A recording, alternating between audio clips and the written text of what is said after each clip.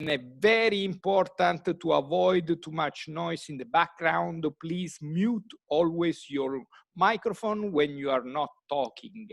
And that's it for the basic information, but I'm sure that you are quite good on that. Finally, we want to take a fantastic photo because we are so happy to see you all. So in this right moment, I ask you to switch on the camera, all of you, so we can, and it's important to comb the hair, be nice, that it's the right moment to make the photo, and this will be our photo opportunity. Look how nice we are. Okay, Ostein, I think you are almost ready also. Yes, then Raluca, whenever you want, we have smiling faces ready for you. Okay, we have the photo, we have the consent. Now we can start our webinar, our workshop, sorry. First of all, thank you to all of you to be with us. This is the second workshop we have started yesterday. It was extremely interesting. And the team today is Andrea Ferrante, me as a facilitator. And beside me, you can see Jyoti Fernandes, that it's the so-called knowledge taker or expert, let's say, that will really give the input to start our discussion. Supporting my role of facilitator, there is Ramona Duminicu from Eco Ruralis, the host organization. And as you can see, the technical support is Raluca Dan, that guarantee the perfect functioning of all our work.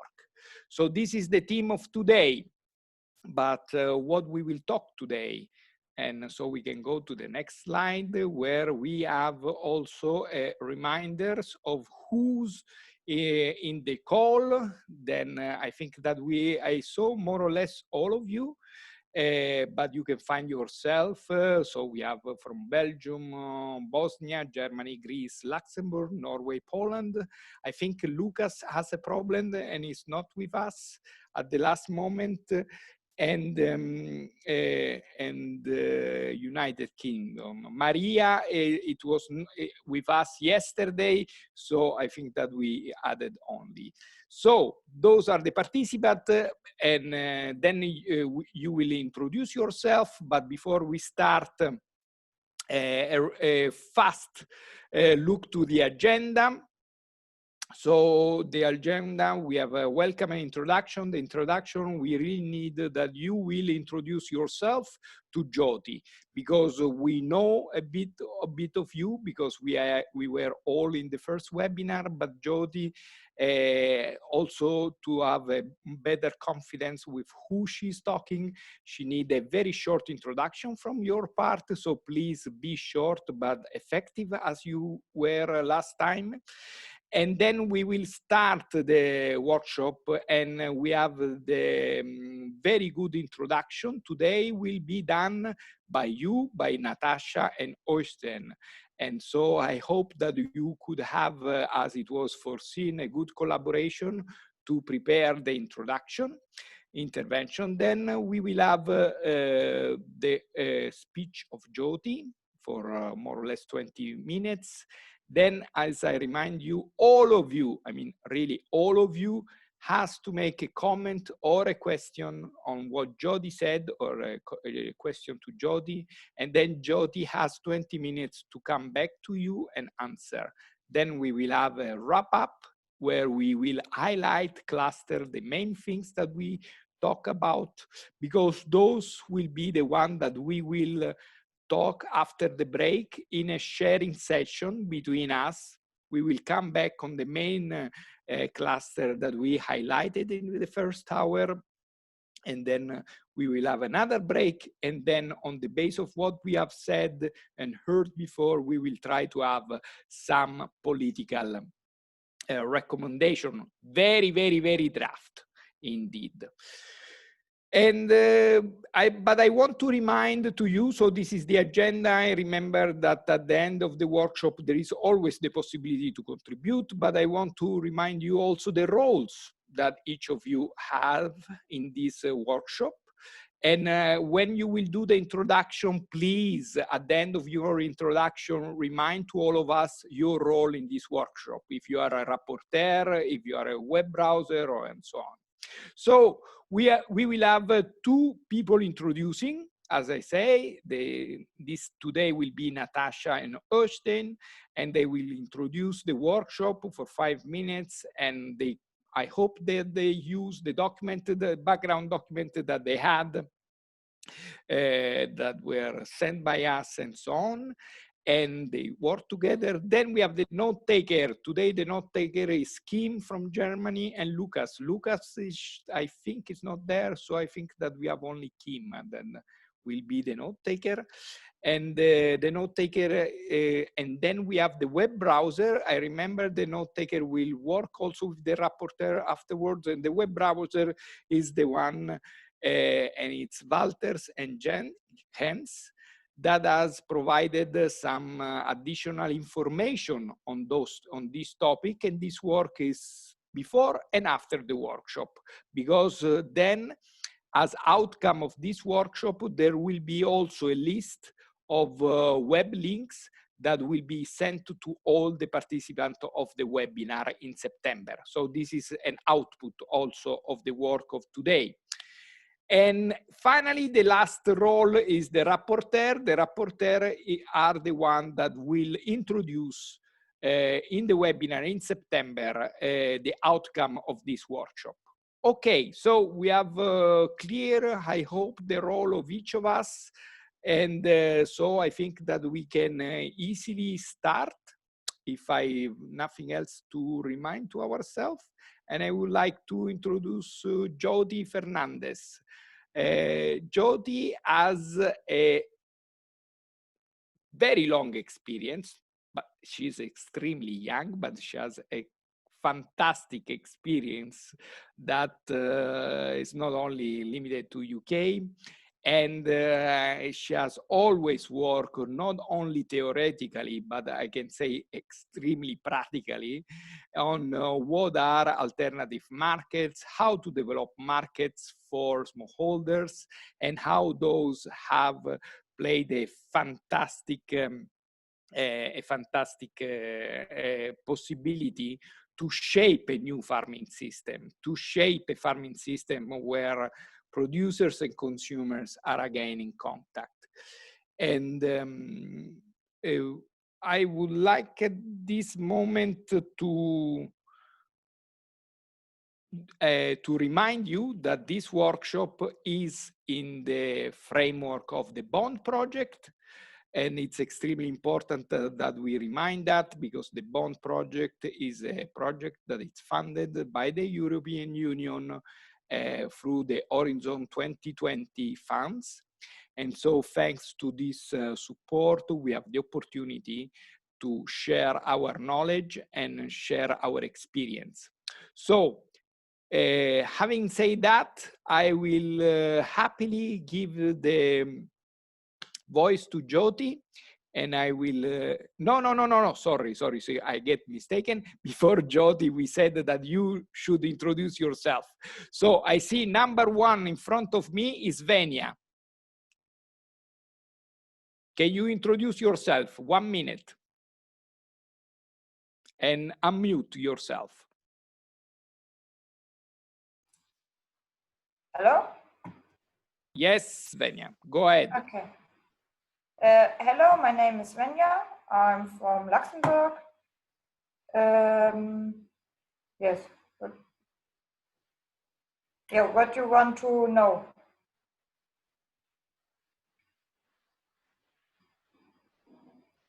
Ich höre nicht. Sorry. One word about you. You are a smallholder, family farming, big farm, small farm. Okay. Just 2 words, just to let Jyoti understand better who you are. Okay, sorry. And what is your role in the workshop, if you are a web browser or whatever? Yes. We have a short, well, normally family farm in Luxembourg. We have a little self-service shop, and we have also a little bit vegetables and fruit. In the workshop here, I'm a rapporteur. Yes, I'm 30-year-old, and I have a little daughter. Yes. So. Thank you, Svenja. Hans from Belgium. Good noon. I'm a farmer in Belgium, 30 years, no, 29, 3 kids. Started to farm from zero, but my parents are organic farmers for already 25 years. We grow vegetables, have milking goats, pigs, and we sell our products to restaurants, to local markets. And we started a shop 4 years ago in the biggest city nearby, that Brugge, Bruges, or how you say that in English. So that's what we do. And what is your role today?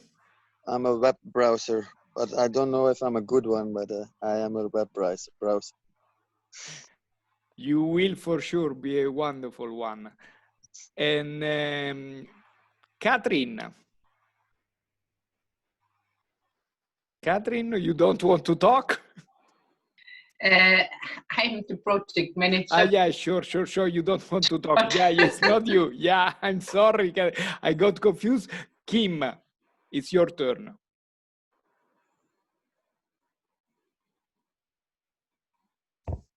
Yes, hi. I'm Kim. I'm from Germany. Sorry, I'm on my mobile. I live in Berlin and have a small garden right next to our flat. And I'm in community gardening, and I'm the note taker for today. The only one. Thank you. Then we have Oystein.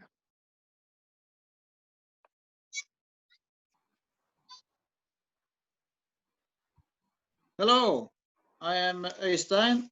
I'm 32 years old. I live and work on my family farm. We have milking cows, 20, so it's a small farm. Where we live, it's quite cold and high above sea, so we just have grass. It's ideal for cows and goats. And now we stay up in the mountains, and now I live on my cottage in the mountain with no electricity, no water, but we stay here with our cows, and they are walking in the forest all them by themselves. So that's why I had to get them the last time we were speaking. But now I know where they are, so it's okay. And I'm going to introduce the topic for today. Yeah, thank you.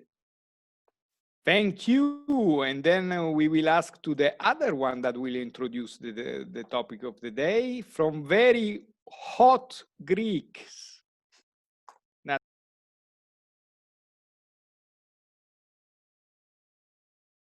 Hello, everybody. I'm Natasha. I'm a farmer. I'm 32.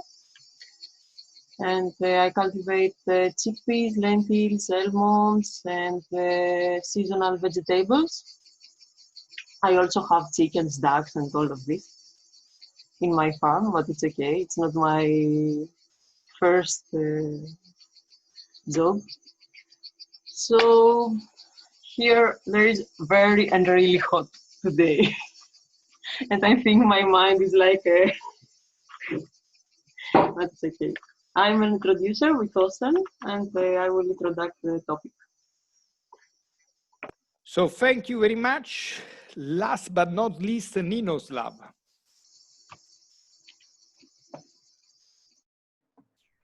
Hello, everybody. My name is Ninoslav. I am from Bosnia, small city of Banja Luka.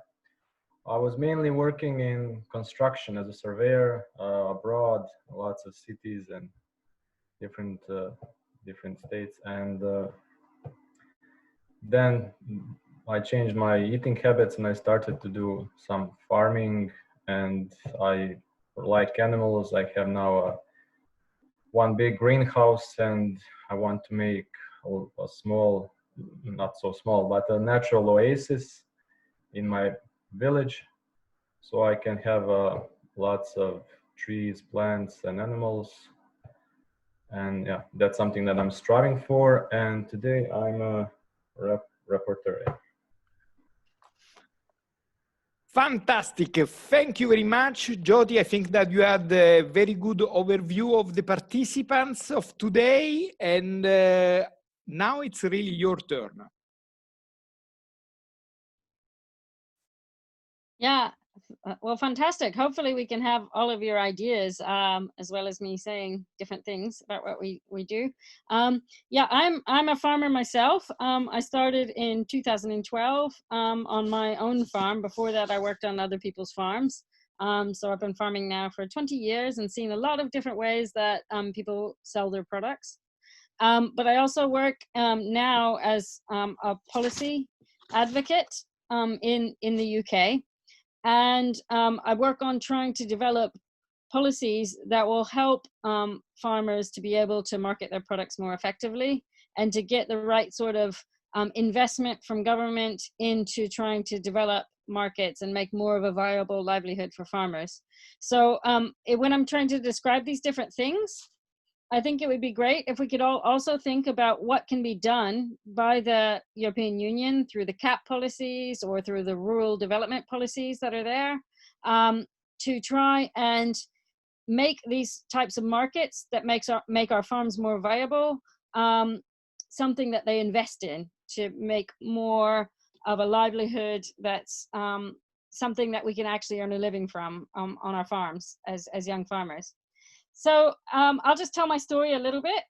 In 2012, my husband and I, and we have 4 daughters, bought our farm. It was a bare farm, so we could design it from scratch. It was a lot of grass and some trees, and we had to build our house and put in our own electricity on the farm and get started. And we had to create what we call a business plan to try and work out what we were going to do that worked together with our land management plan. We had to design from the beginning what it is that we wanted to achieve on our farm, how we wanted to manage that land, and how we were going to sell all of the products on that land.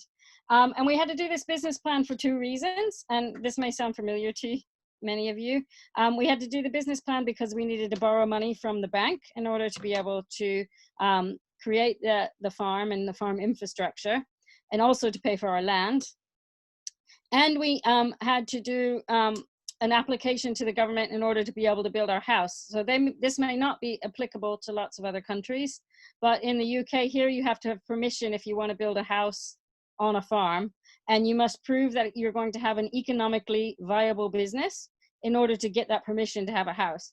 So we had to show on our business plan, down on paper, what it is we were aiming to produce and how we were planning to sell that.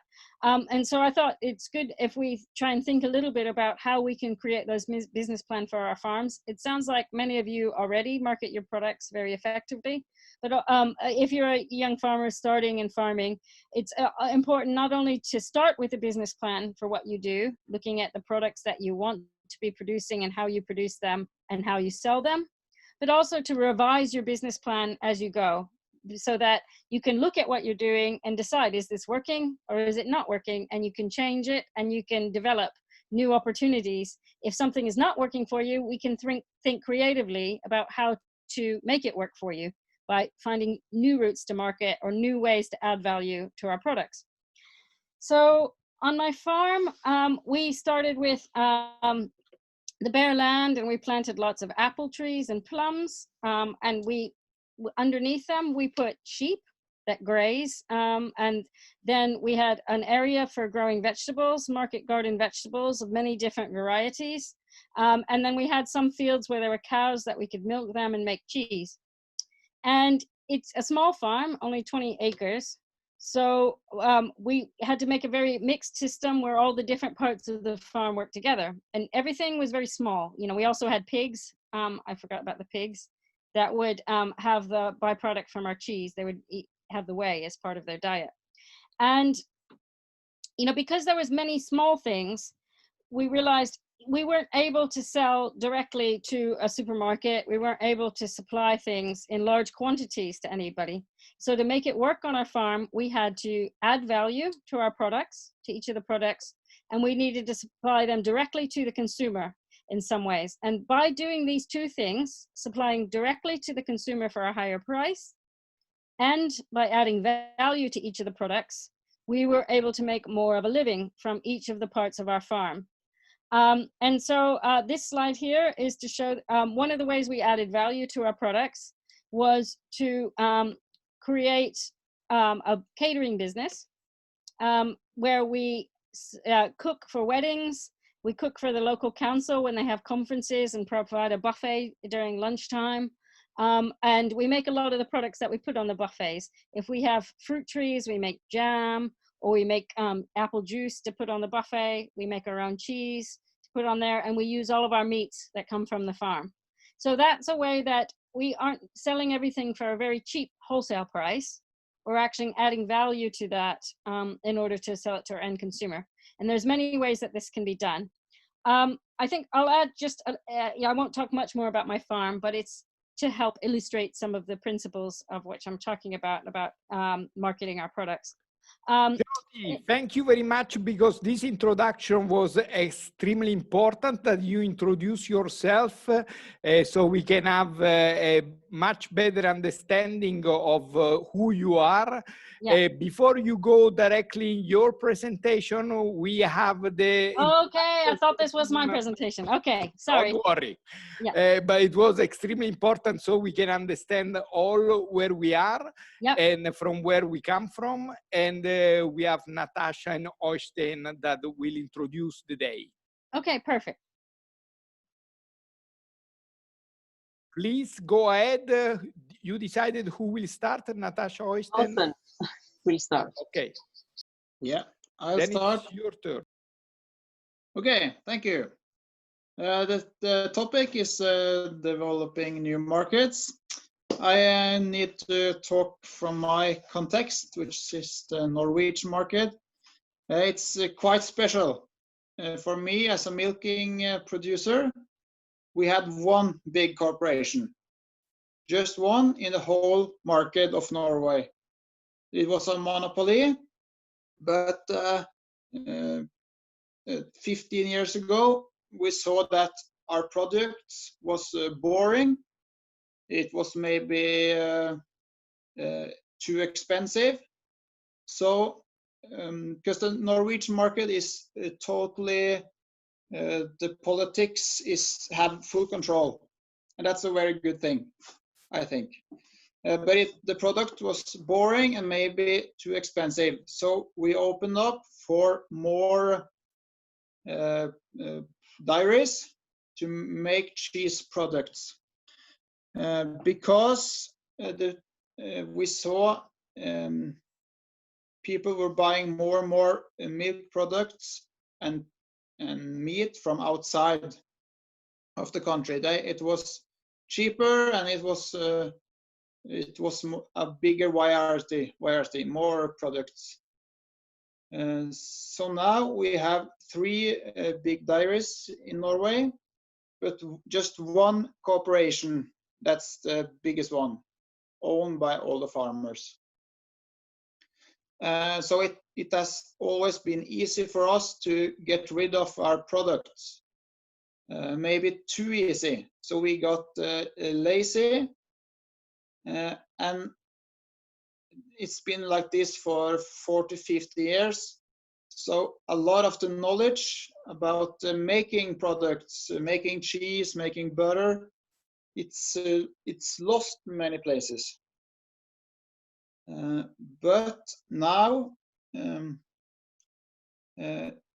Norwegian people buy so much food from outside of Norway. We just eat 40% of the the food we eat in Norway is 40% made in Norway. So 60% is coming from outside. And that's very dangerous when you have the coronavirus and maybe countries want, or you have wars, or you have Donald Trump or whatever. You need to have the food security. So farmers in Norway are now starting to develop the market by making new cheeses, new kind of vegetables, ecologic. So we are many years behind you because we are so, the politics are taking care of us, and that's good. But it was maybe too easy. And so now our teacher is talking much about innovation, and we see that all over Norway, that farmers are very innovating, but it does not mean we need to buy a big fancy machine, as we hear. This is a revolution. If you look here, I was searching for my cows last time. Can you see this?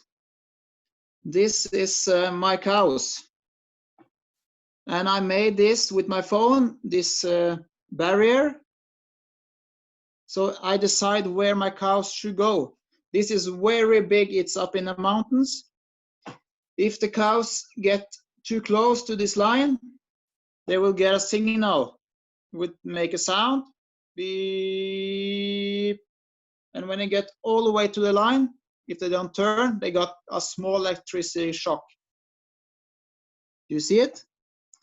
It's a revolution. It's not expensive, and it fits perfect for small farmers like us who want to use the resources in the mountains, and we don't want big machines. So you can see my cows got 25 sounds.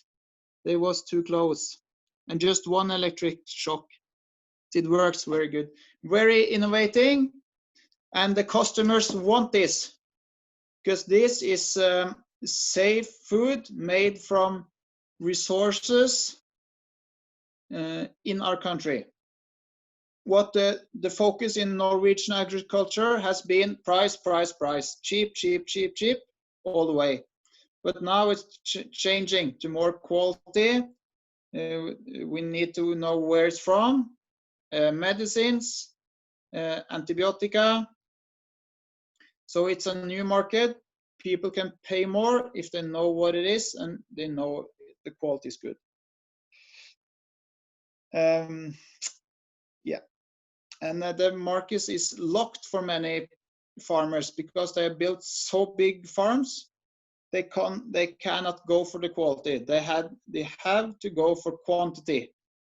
Like you see in many lands, the farmers have to take bigger and bigger loans to get bigger machines, bigger barns, more tractors. Yeah. Awesome, thank you very much. And just remind ourselves that we need to keep beat the timing. So 5 minutes was the introduction, and we will have much more time to share afterwards. So those are extremely interesting experience, and we need to share them, but just try to keep the time. So I will ask Natasha to really keep the time now. And all the things that you have to say, we have 2 hours more to share afterwards. Thank you. I will tell only little things about Greece, because the big problem in Greece is that the farmers are old in age, more than 60, the more of the farmers. So they do farming with the old perception, because they do only monoculture. That's the word, I don't know, when you do only one cultivation of cotton or corn and wheat. And they do it only because they have large subsidies when you take money, I think, when you do one culture. So we are really few people that do farming. We are young and we try to deal with agroecology. and that provokes a lot of problem to us because we try to do CSA movements, but we are not a lot, really not a lot in Greece.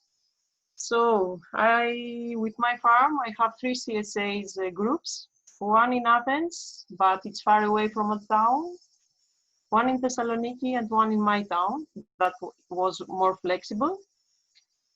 And we have a cooperative with a shop in Thessaloniki. It's the second biggest city in Greece that we send our products. And for us, that's the solution about the markets now. We haven't another solution. So that's all about me. Thank you very much. Very inspiring introduction, because I think that we saw very, very different system, very different approach to address the market, Jyoti. And I think that this is really the time to understand better how can we develop markets for the next generation, because we have many, many ways, and for sure you can give us a lot of good idea that we can work on it. Thank you, Jyoti. You can start. Okay, sorry I got mixed up before.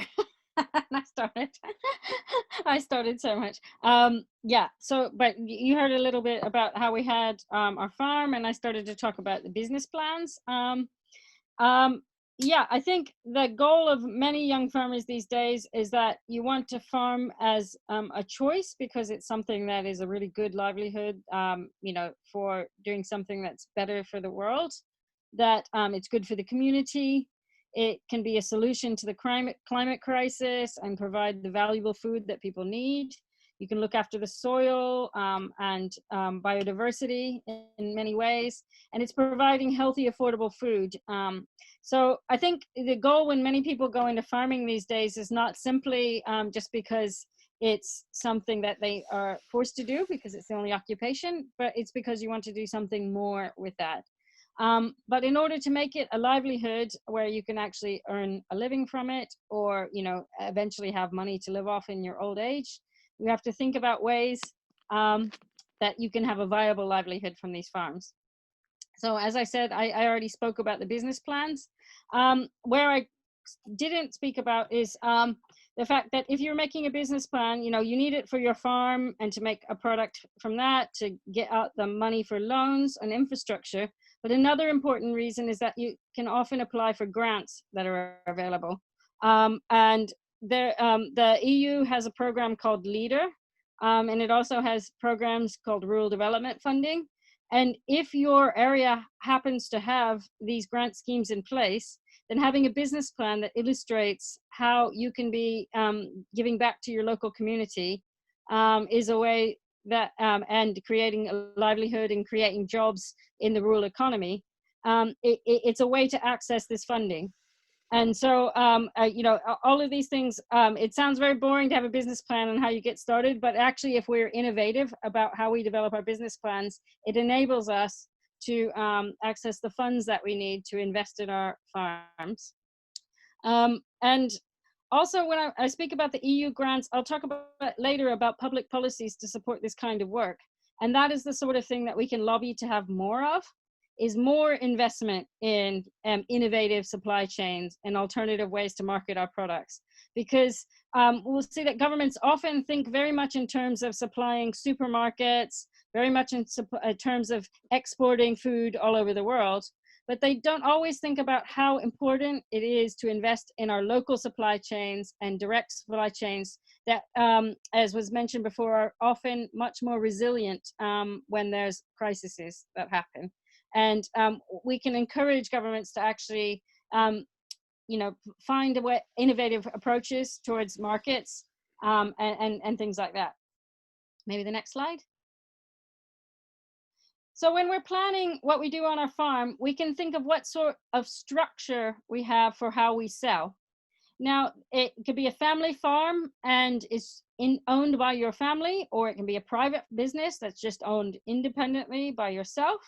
But there are also other ways that farms can be managed. It can be privately owned and be a part of a cooperative, or it can be cooperatively owned, And many farms have a spectrum of how they're owned and operated. They can be partially subsistence, which means you grow much for yourself, or it can be very commercial, where you're trying to sell the products that you produce regularly, or it can be a combination of both. And there's often farms where it's a combination on the farm, where you're producing quite a lot for yourselves, but you're also selling, and it can be to the local community, or it can be a mixture of also selling to larger supply chains at the same time as selling direct. And it's a thing to think about, and also a way that you could possibly transition your farm. You know, if it's a private business and you're finding that very difficult to run it as a private business, perhaps it can be transitioned to something that is owned by the community or owned by a collective of farms, or you can join together with other farms. There are ways that this can be done in different ways. And also thinking about what are your routes to the market. One route is supermarkets. You can supply supermarkets, and it can be done even as a small farm if you're a part of a cooperative, or as was described in Norway, you know, farms sell to the very large farmers collectives, and then they get distributed by those collectives. Or there can be community-owned supermarkets. It's not always as difficult a path as it seems, and there are ways that you can find to access those markets. But what's important there is that there's some kind of regulations in place by government that the supermarkets and the big retailers must pay fair prices and must do fair negotiation with the farmers. Because often supermarkets can also pay very low prices, create a lot of waste, and reject a lot of products as well. And so it's important that there's firm control over that supply chain if you develop those routes to market. It's also possible to export products, and this can be done very effectively for small farms through cooperatives by sharing equipment and sharing that development of those supply chains. But if you're a very small farm trying to sell directly, it's also quite difficult. So, you know, there's different ways that you can make that happen, but it takes a lot of ways to facilitate farmers working together in order to facilitate those export markets. And then the third way to do it is selling direct to the consumer. And on the next slide, we can talk more about the different ways that could happen. There's just a few ideas, and it seems many of you are already doing this. It can be through outdoor markets where you collect your products together and you go to the outdoor market. It might be weekly, it might be daily, and you stand at a little stall in the rain or the sun and you try and sell your products directly to the consumer. Many people find this a great way to sell their products because you get a higher price. But it's also quite demanding in terms of your time, and you have to spend much time packaging things, talking to consumers, spending all day chatting. But it has a social benefit in terms of holding community together and creating a lively center of town. There's also CSA, and it'd be nice to hear from you again about the CSA. I won't talk about it, and perhaps Natasha, you could speak more about your CSA to share with people about CSA, what it means, and the benefits of CSA, because I think it's a very exciting, innovative model going forward. Perhaps just after this, it would be nice to have you explain a bit more about what CSA is and how someone could start that. There's processing and adding value, which is something I specialize in on my farm, where if you have a lot of berries, or you have a lot of juice, or you have a lot of milk, or you have meat, you can make it into a product. And often that product has a cultural identity to it. Often it can be a traditional product that has a regional flavor or a regional recipe. And by taking that primary product, the benefit is that you're storing it, so it doesn't just go off and you stop the waste of that product. You can use things that you aren't able to sell fresh, and you can have the price come back to you throughout the course of the year. And you can also add value to what the price that you would get for the primary product. So I think sometimes on my farm, you know, like for my milk, okay, the price that if I sold it wholesale to the supermarket would be about 15 pence per litre. If I sell my milk directly to the customer, then it's £1.20 per litre.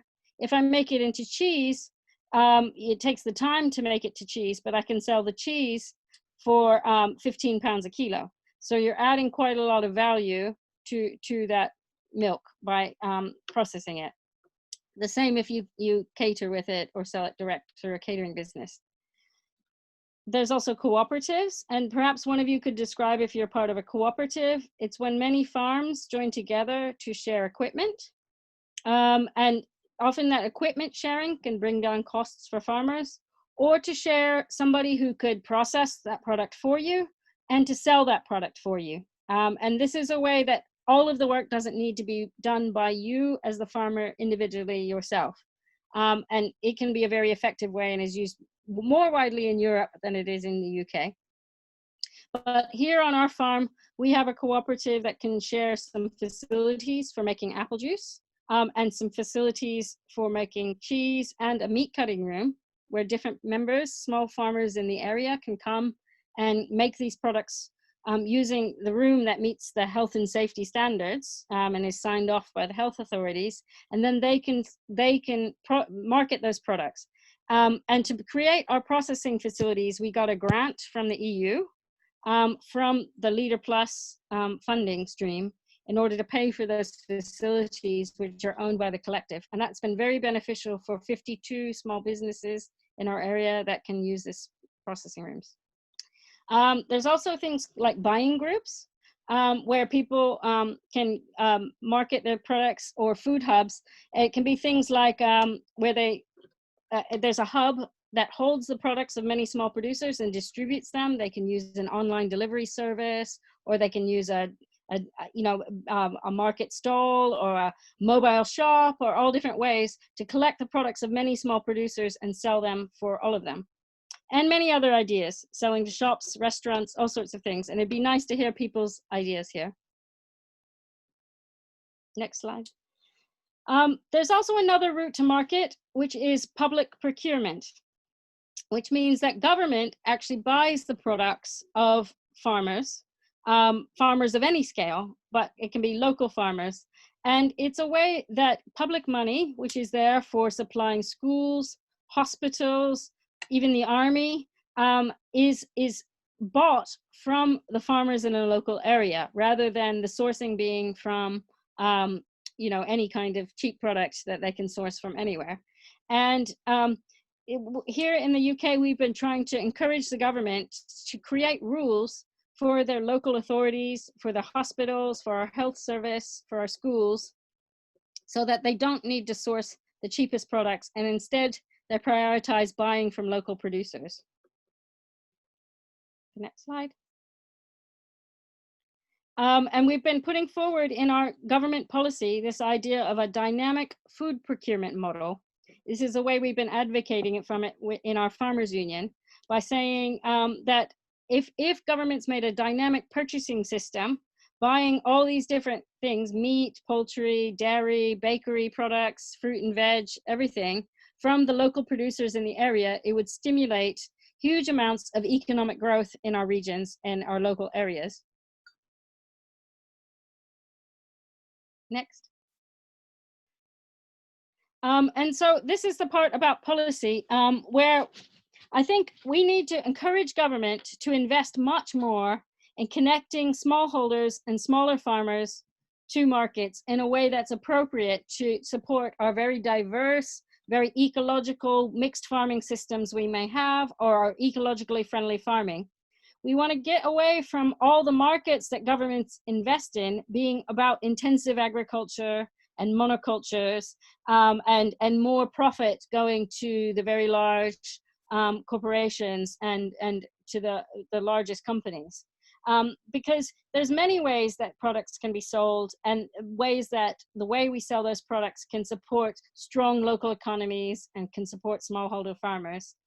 And we think investing in youth is something they can particularly do to be able to support connecting smallholders to markets.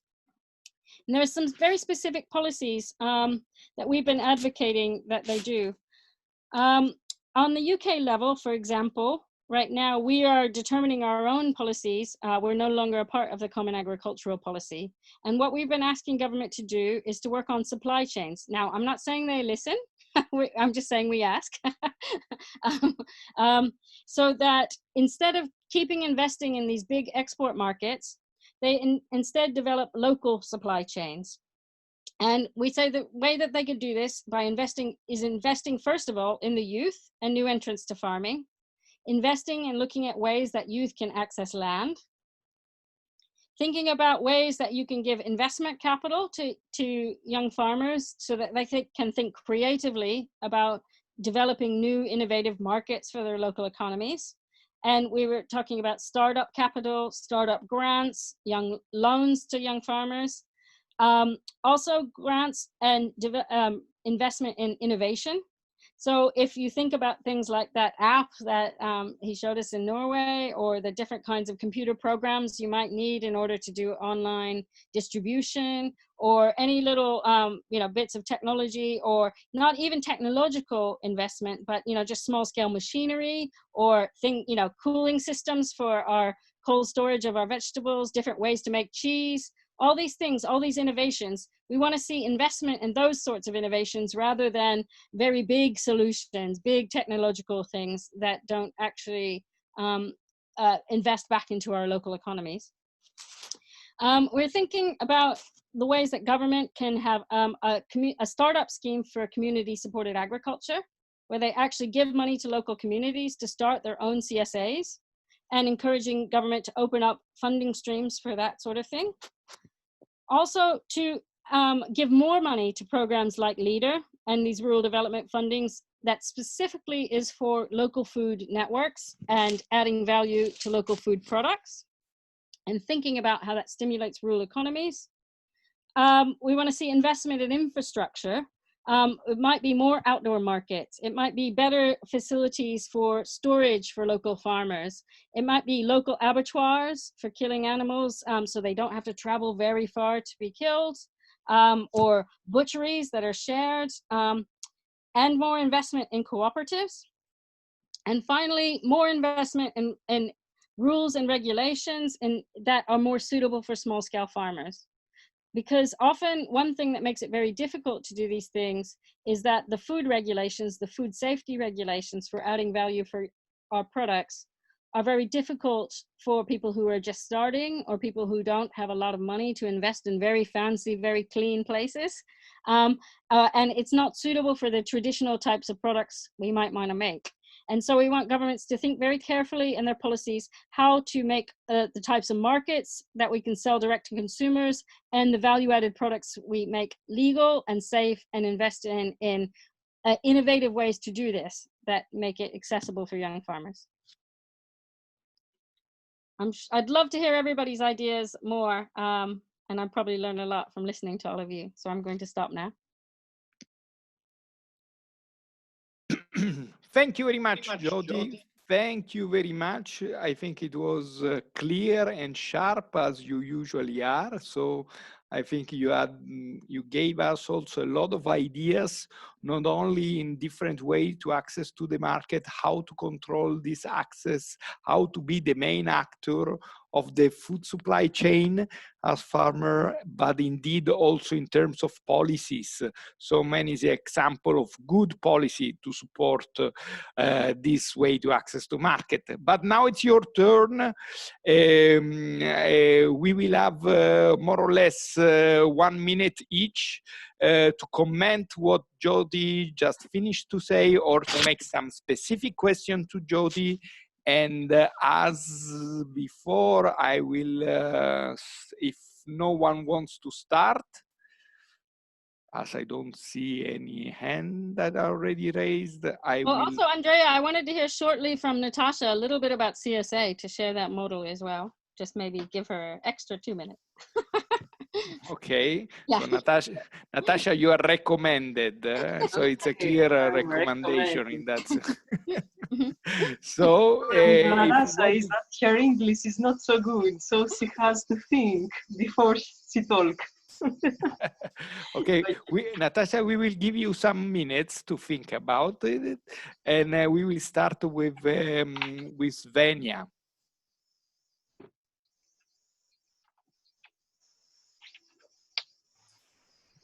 Hello, everybody.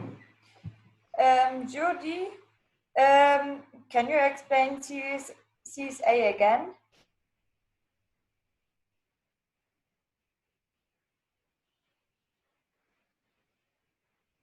Okay, shall You I make a list of the questions? And Yes, then yes. We will. Everyone will talk. You will make and you will group all the questions. Then you will answer all together. Okay, no problem. Okay.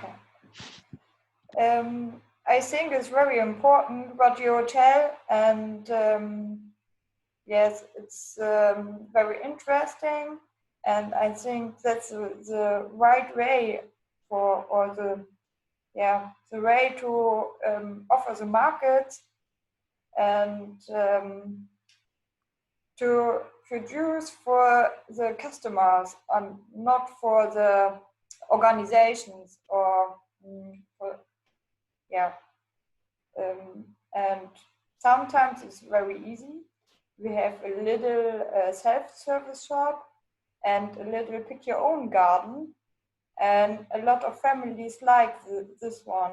They go in the garden, pick the fruits and vegetables, and it's on a weekend feeling. They go there, take something, go home, and cook together. It's, and I think that the next steps will go to the families, make something together to. Yes, you understand me. It's, and sometimes I speak and I think and I'm yes. So. But we got the message, indeed. Okay. We got the message. Yeah, I'm sometimes very I don't know the English word, very I think here and here and here and here, and then I speak. It's sometimes unexpectable. I think it's okay. We got your message, Sven. Okay. Thank you very much. And indeed, this idea of cooking together, to put together people also in the nutritional part, no? This idea to put together people is extremely interesting, not only when you are producing, but also when you are cooking. And this is a way also to strengthen this relation in the community between producers and final consumer. And hence, from Belgium, can I ask you your comments or questions? Yeah, you hear me? Yeah. Yes. The comments. What we sell on a lot of kinds of markets. I started off as a CSA. I sell on the local market. I have my own shop. I sell to restaurants, to other shops. So we have a lot of kinds of things. But what we always see is that everywhere I go, there are also normal farmers selling, or we are going in concurrency with other farmers. They are so cheap. The products coming from, like Austin says, all over Europe. The cheapest one first, the biggest one first. So the strawberries are all the big ones, and the small ones they use to make jams, and it's all the best ones to the lowest prices. And we say, and we keep saying that we have better things and we produce them local. But we see, if we are on the market, 99% of the people go to the one next to us, to the lowest price, and 1% comes to us. So and that's frustrating to see.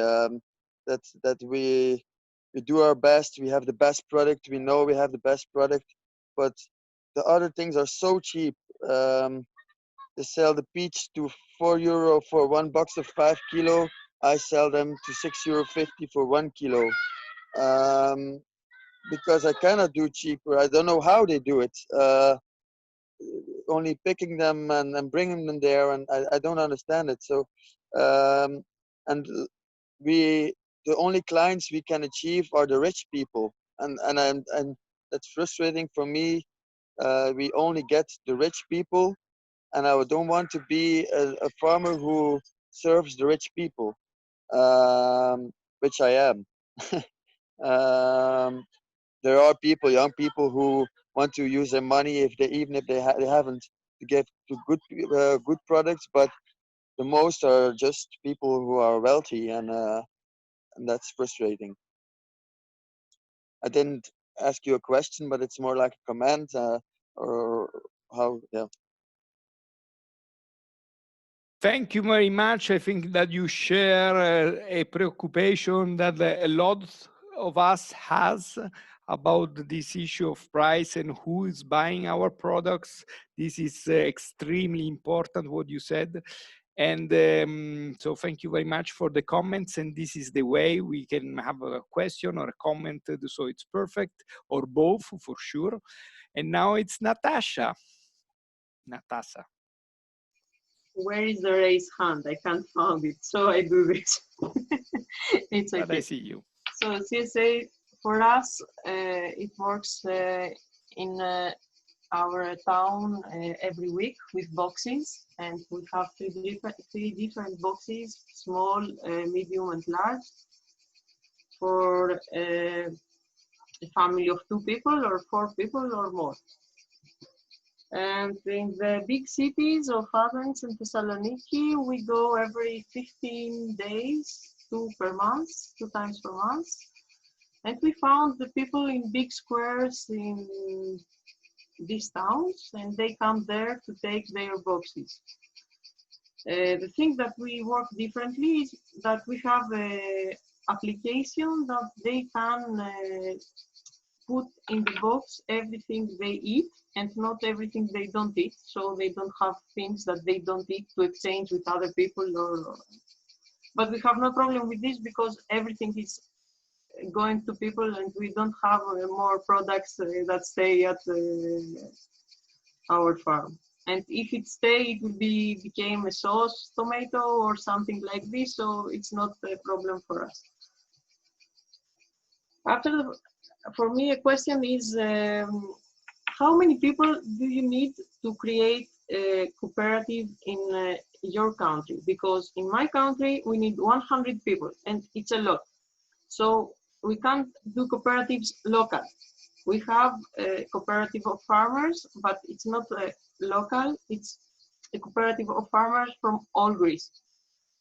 So more organic farmers. We are very little. So we can't have a lot of cooperatives or association. Maybe to do an association, we need 22 people. Okay, it's a little better. That's a problem for us because we have programs for the cooperatives, but we can't do cooperatives.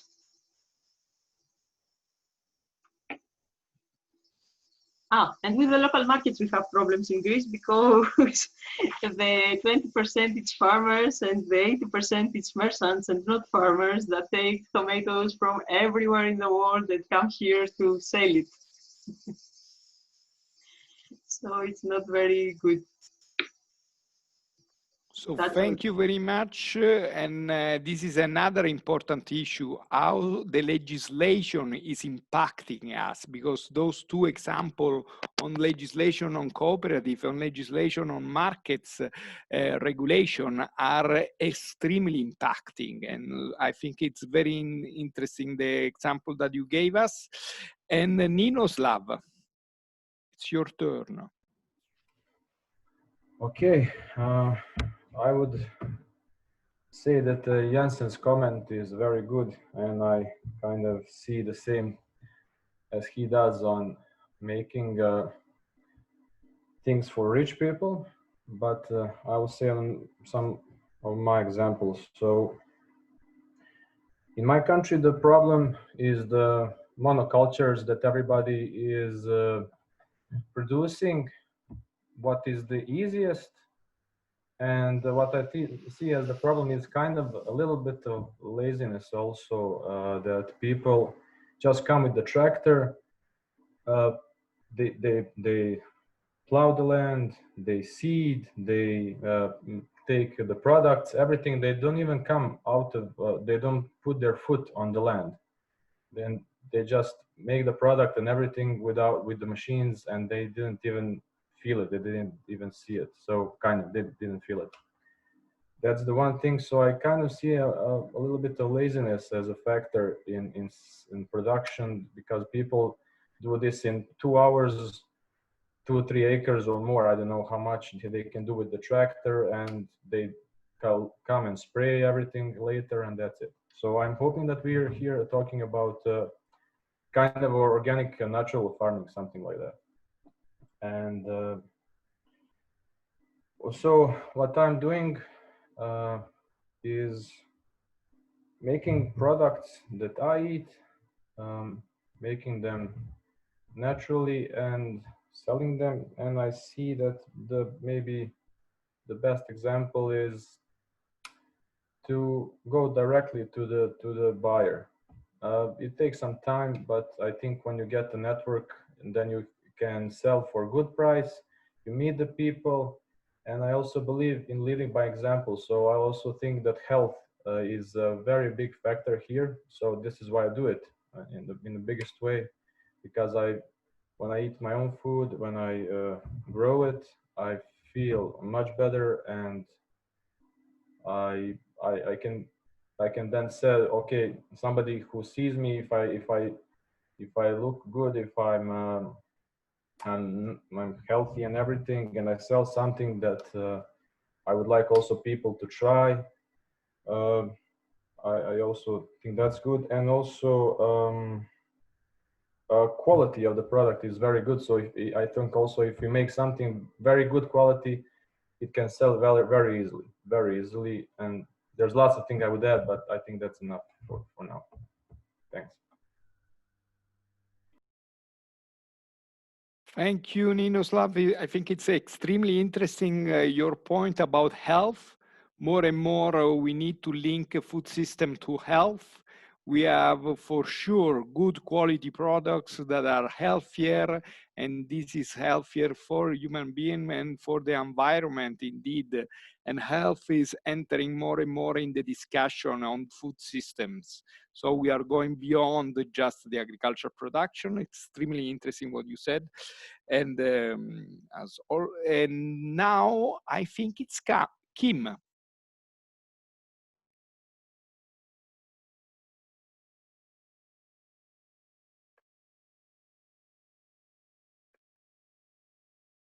Kim, you have to unmute yourself.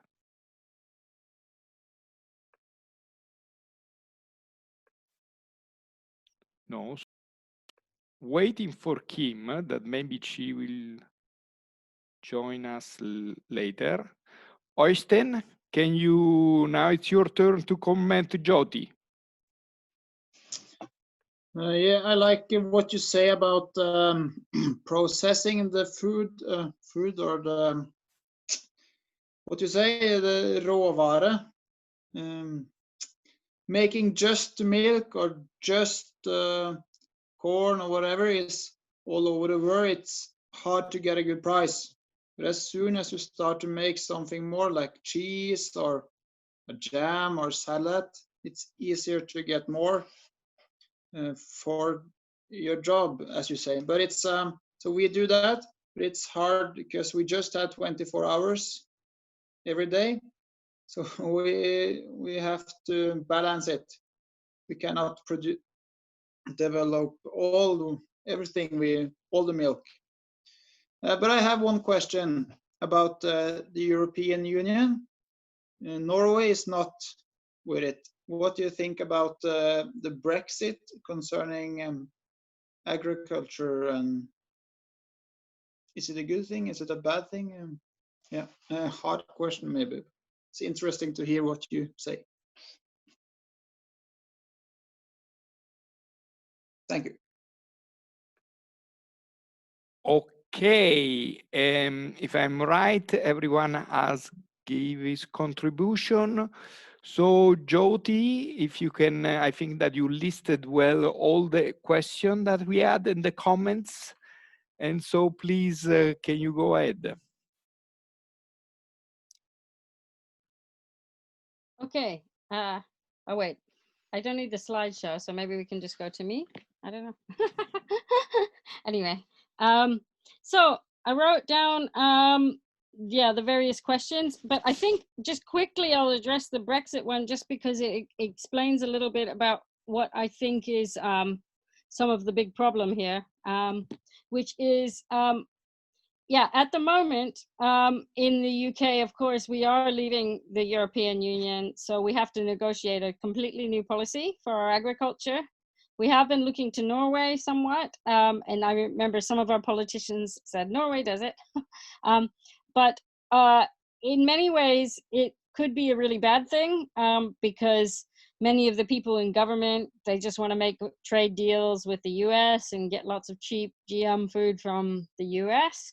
And in the rush for the trade deals, they'll give away a lot of our standards for farming because we have pretty good regulations on animal welfare and environmental protection, like Europe does.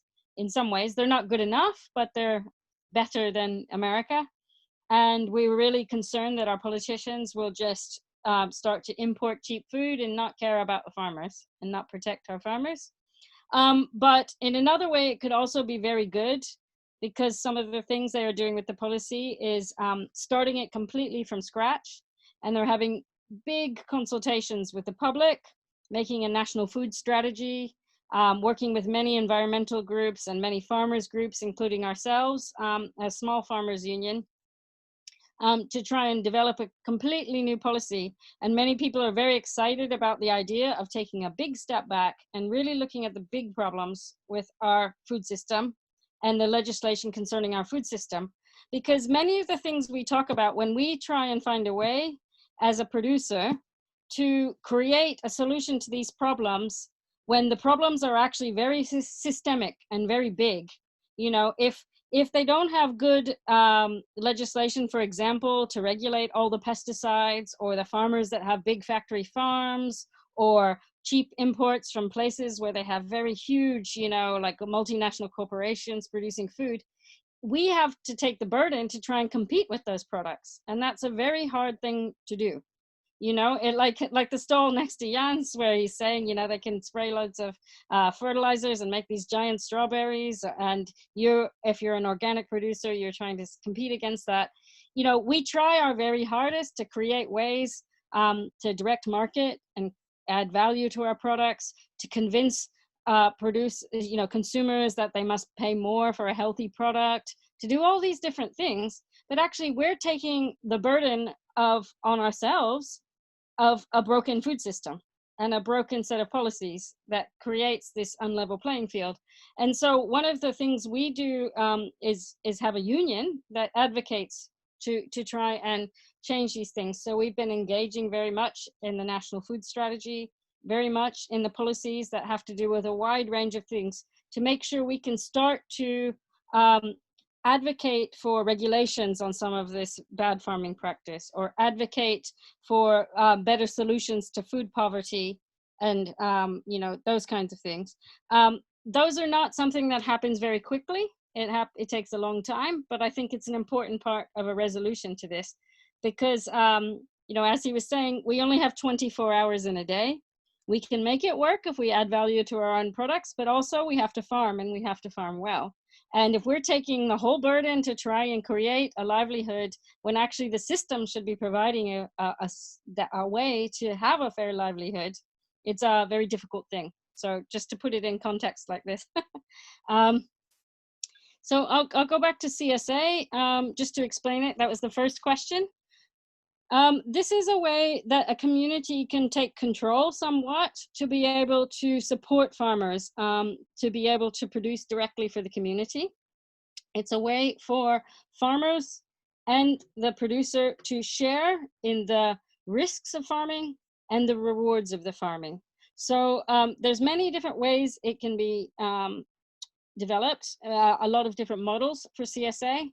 But roughly, it means that members of the community buy a share in the farm, and then the farmer, and they either hire a farmer to run the farm and crop for them for the season, or the farmer, is independent and gets the community to buy shares.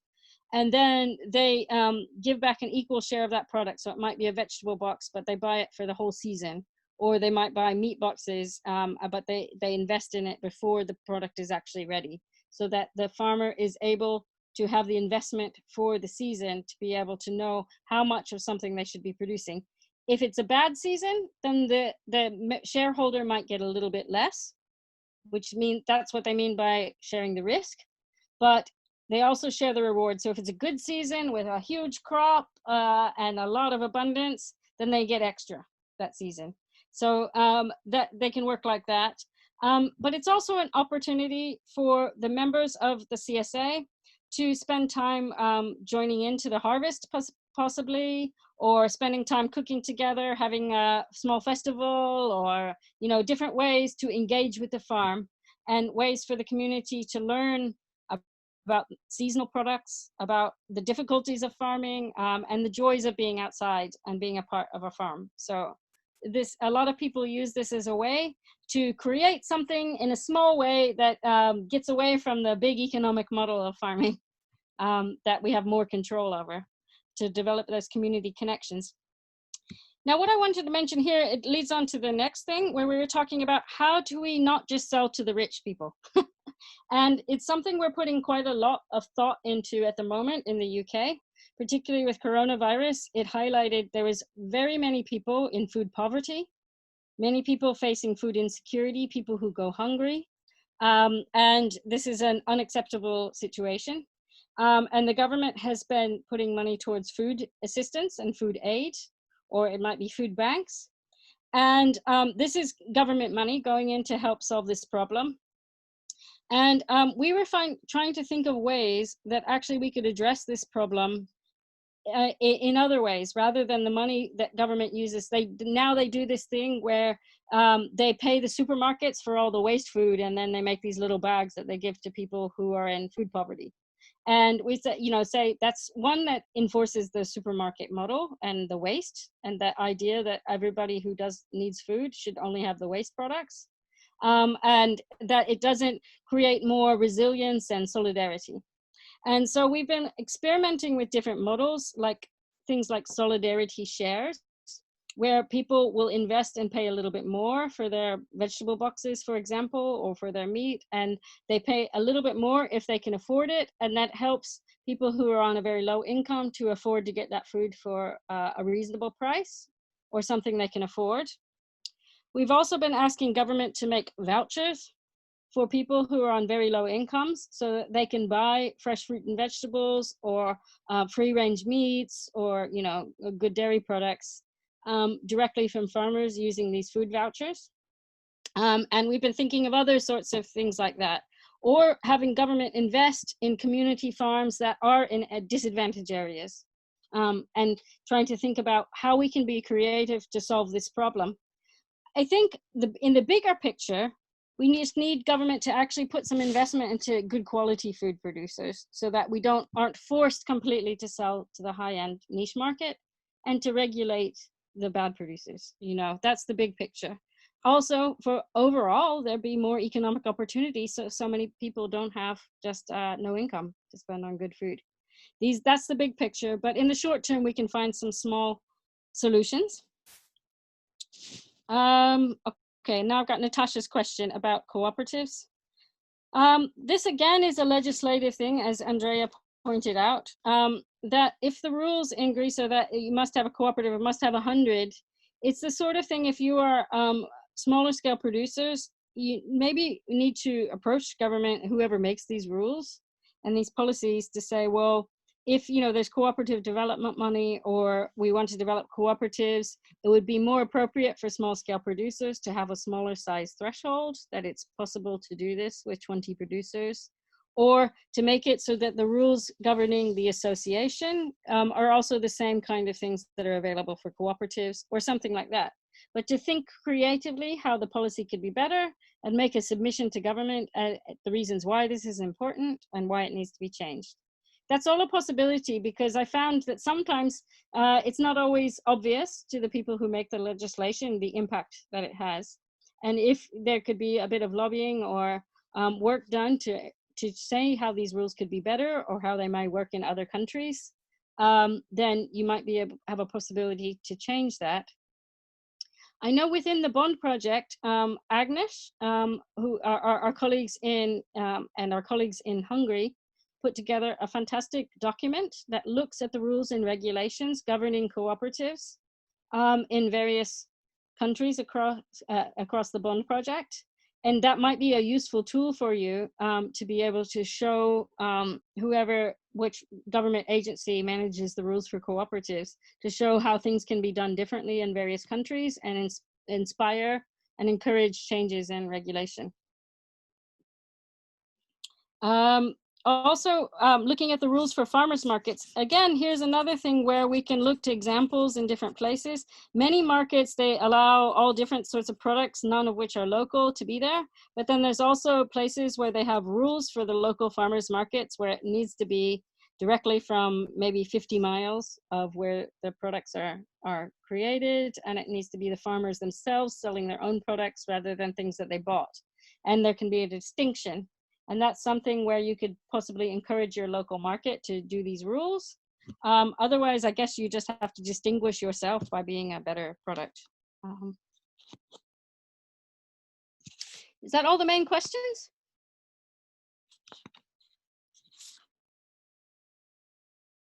Do say anything else. If anybody wants to ask anything, please say. I think that we had a very comprehensive answer and comments, but indeed, if you have still some question left, it's the right moment to do it. Otherwise, I will try to wrap up. Ninoslav. Yes, I have a question. Maybe not leading, maybe not on the exact. It's on subject. So what we are presenting now, you will wrap up, but we are presenting now some ideas. I'm guessing what is our goal here? To make some new ideas and to present them on September, and to whom we are presenting on September. And some, I like to make some, we probably are going to do that, some things that we are going to do exactly like that, that are going to help us achieve something, and just not like talk. That's Thank you.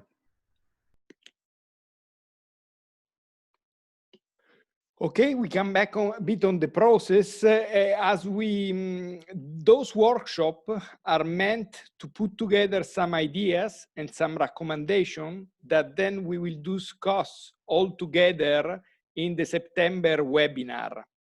And in September, we will be all the 34 young people that are involved in this forum all together, and we will comment the outcome of each workshop. So the rapporteur will bring to this webinar in September the position that will come out of this afternoon. So we have now still 1.5 hours to work together to come out with some specific recommendations. Those recommendations will feed the wider discussion that we will have with all the others. And for sure, you that are in this workshop, you can also comment the outcomes of the other workshop.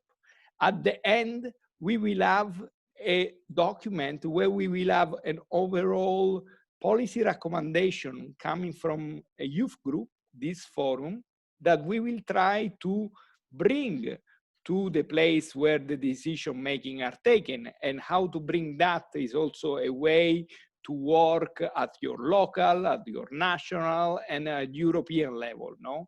And this is also the importance, as we have seen yesterday, of networking, of working together between producers.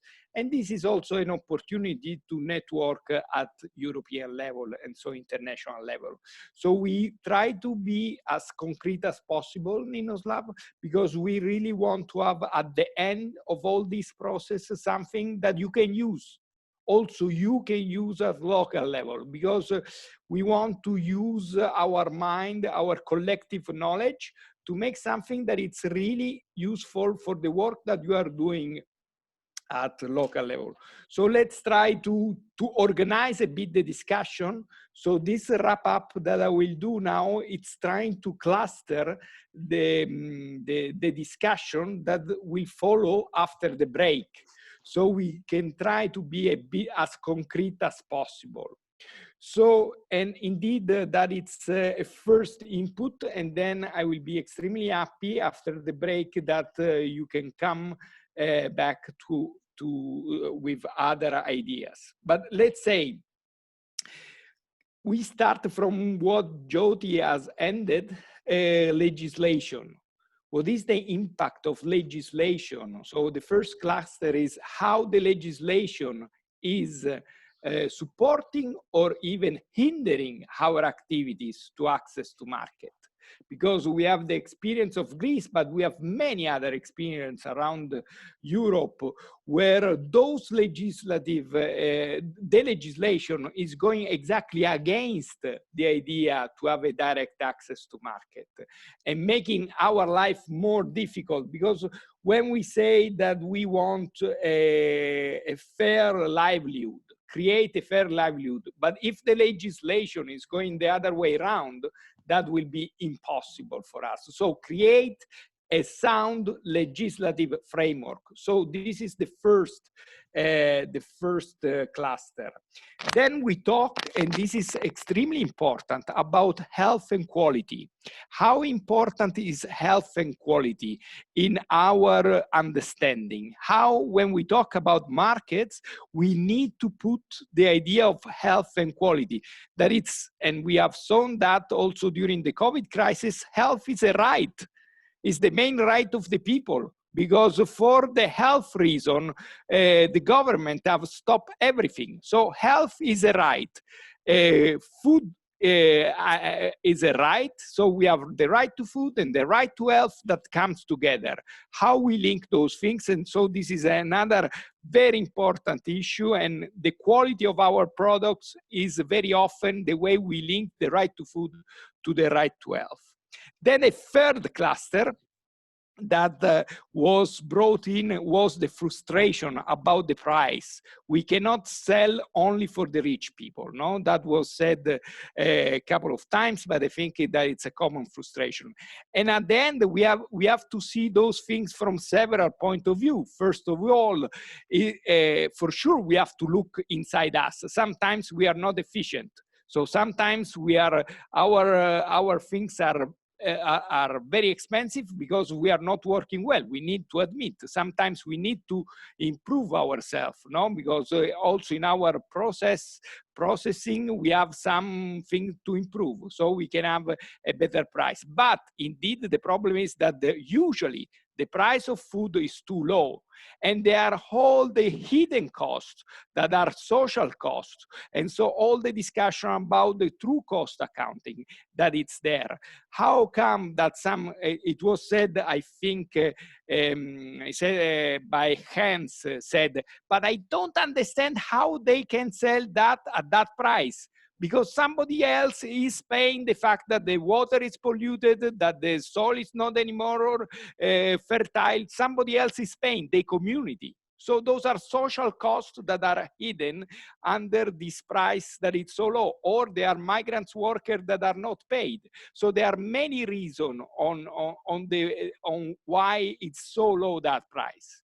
But at the same time, so this is extremely important. The other things is what Jyoti have said, how can play public procurement a central role in making available good quality food to all.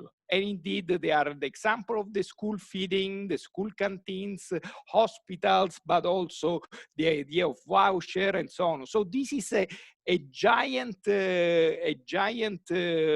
cluster of discussion on which we can still work together, and how the regulation in that sense to support this has a main role. Then another cluster of discussion is what you are doing. So the very diversified way to have market access. And every one of you has a different way to have market access, but what is in common is that in somehow there is a farmer control of the value chain. So you are inventing new way to have market access where you are playing a very important role. And so this can be another cluster. Another cluster is indeed the policies that we want in terms of investment to support our way to access to the market. So Jyoti has gave us a lot of very interesting proposals. They are working a lot to build their own new food and agriculture policy. So maybe in that sense, we can get inspired to something that is very concrete in terms of grants, in terms of loans for short chain, for investment on infrastructure like market and so on. So this is an important cluster. What are the policies to support short value chain? Then there was another element that is coming back also through the different workshop, that is the knowledge. Because indeed there is an issue about knowledge. There is an issue about your knowledge to address the market, the issue of sharing the experience. That is also what we are doing, no? Bond project is facilitating a sharing of experience on that sense, but it's a way also to increase and strengthen your knowledge. So it's a matter of knowledge. So I highlighted those 6 main cluster.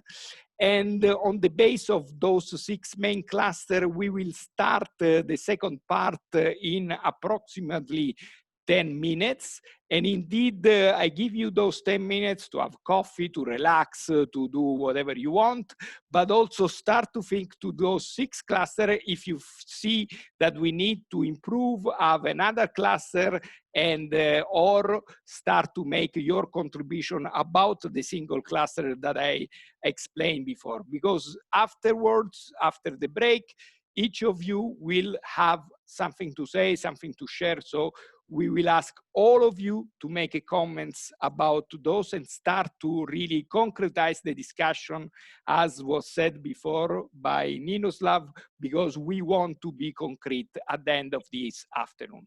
So I really would like to make, as we say, a round of applause to Jyoti, because it was so much interesting, and thank you very much for your contribution. And you are mostly welcome to stay with us if you want. We will be extremely happy, but we know also that you are extremely overwhelmed by heavy schedule, but if you can definitely stay with us. So in 10 minutes, we will be back. So see you soon. Thank you very much, Jyoti, again. Yeah, thank you. It's great. And I think any documents you get out of this or policy suggestions or whatever will be very useful for lobbying, you know, to make some progress. So don't feel it's wasted effort. Thank you. Absolutely not. They are too nice to be a wasted effort. Yes, Thank it will you. be very, very useful. Yeah, thank you. So see you soon. Ciao.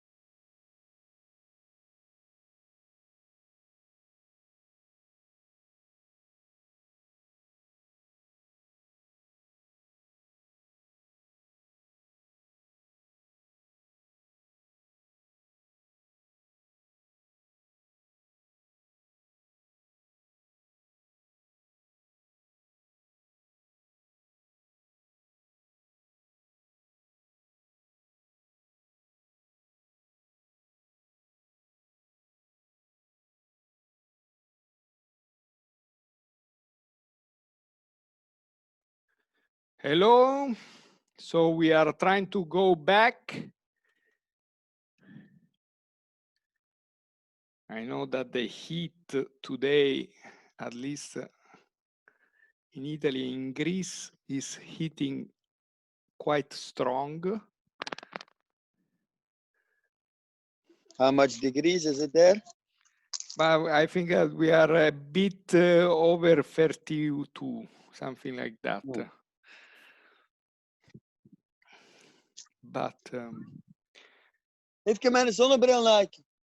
we agree with you, Hans. But we need to study a bit of Flemish. Sorry. No, it's okay. And I think that we have still someone missing, so we wait a couple of minutes more. But please, so we can understand that we are all here, if for 1 minute you open your, when you are back, you open, in Romania we have 34 degrees. And that it's interesting. And if you open your video, so we can have an idea that we are all back, and so we can start our second session. In the meanwhile, I will remind you the second session, and I think that you have somewhere. Ramona, did you put the cluster somewhere on the chat or somewhere? Raluca will project them soon. Ah, okay. So we are too much ahead. Okay. Also with the, what a project. What a project. I think I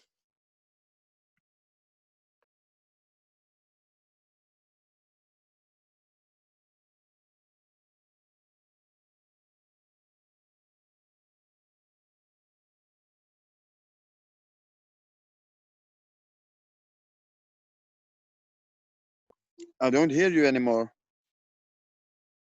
it was done for purpose. I was not talking to you. And okay, we are all there. Because now I don't see. Yes, I think that we are mostly there. So thank you very much. And to help a bit and make the discussion more easy, we are sharing the screen. Raluca very effectively shared the screen, and we had, this is the proposal of the 6th cluster that I just summarized before, but please feel free to say, no, I think that we had something else that we really should add to those 6 clusters. A cluster is, I mean, it's a big topic, then we can put whatever we want. And if you feel that the discussion that we had in the first part is resuming, those 6 clusters are the one resuming everything, okay. If you think that it's really something missing, when you talk, please look, we should open a new cluster, and those are the topics that we want to introduce inside. So now you have it in front of your eyes. So I think, I hope that it's even more clear. And I will just reintroduce a bit just to make it faster. Legislative framework for fair livelihood. Think, for example, at the rules that make impossible for you to process food in your laboratory because they are too complex for smallholder. We have the same rules, either if you are a small farm, either you are Danone, and this makes very often very big problem, the legislative problem to create a cooperative as we see in Greece, or we have hundreds of obstacles to access to market directly, very often very difficult to organize market and so on. Then the second cluster was the big issue that you brought that is extremely interesting and very innovative, to be honest, is the relation with health and quality, in the sense that when we talk about agriculture, we cannot anymore not involve the health issue, and the right to health and the right to food are absolutely linked. third cluster is the one that you open up, extremely interesting about the prices and why the prices are in somehow felt very high, but most probably they are the true cost of that product. So we need really to make it more clear why this tomato, why this jam has this cost, and we need to really explain why the other one is not so expensive and what there is underneath that, and the role to give access to low-income community to good quality food, the role of public procurement in general of the government's funds. Then we have what we have seen together from the CSA to the market to the farm hubs, the food hubs. We have seen hundreds of different models of have access to market, and indeed in all those different, again, public procurement is playing a very important role in finally investments. What are the investment of this means public policy to support our short chain, to support those way to access to the market where the farmers keep again a central role in controlling the value chain, because this is the issue that we are talking. And finally, this transversal issue about knowledge, how we share knowledge, how we have access to knowledge, how we can use knowledge to make us stronger in our way to create the future market for us. So those are the 6 clusters that we highlighted before, but please feel free. And if you agree, I will start with the order of the first phase. And I will ask Svenja from Luxembourg if you can start to give your thoughts.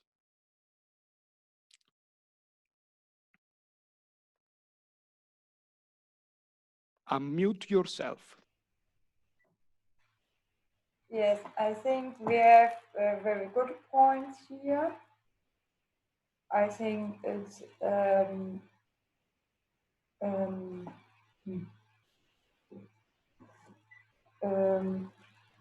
minute. I need 1 minute.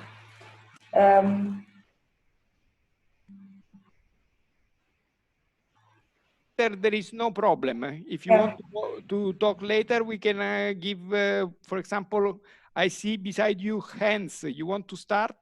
And then we give more time to Svenja to think about it. Okay. Yeah, I want to speak later. Okay, thank you. So you want me to give me my opinion about the 6 numbers you wrote on the paper? I don't hear you.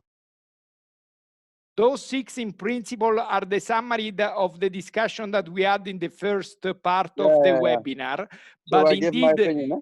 Yes, but indeed, if you want to add other things, you are definitely free, and we need to start to fill those 6 clusters with concrete ideas.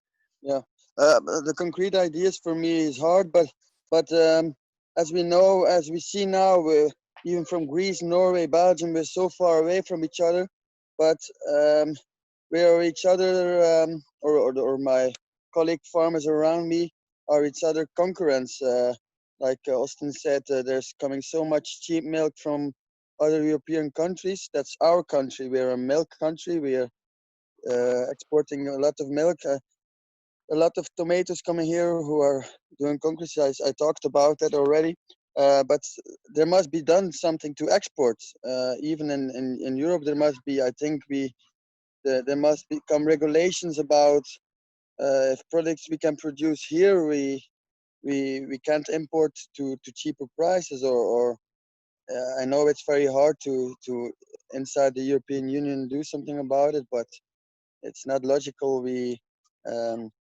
And here even my cheeses, I only milk 50 goats, and in Corona I sell local, but the local markets were all closed, and my cheeses went even to Germany, and I only milk 50 goats, but we had to find some other ones, and yeah, we found places to bring them to Germany. They wanted to take them, but yeah, I on my own, I did bad things for the German economy, and so I think we need to find some things to regulate that. So if we have it, why we take it from somewhere else? Yeah,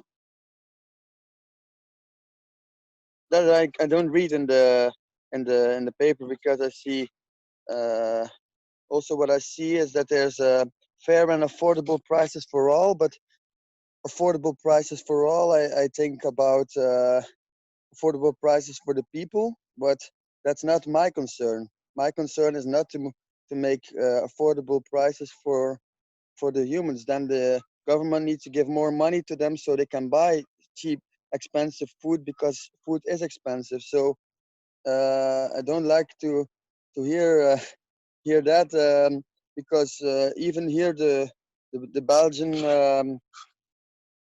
Belgian a community of farmers who stands for all the Belgian farmers. Last they were talking on TV, and they said, yeah, we have to make sure the food is cheap enough for the people to buy it. But she was speaking for the farmers, so how can she speak for farmers and say we have to make sure the people can buy it? No, that's not our concern. That's not her concern. That's the concern of the government, who needs to make sure the people have money to buy food and use it to buy food, and not for technologies and cell phones and things.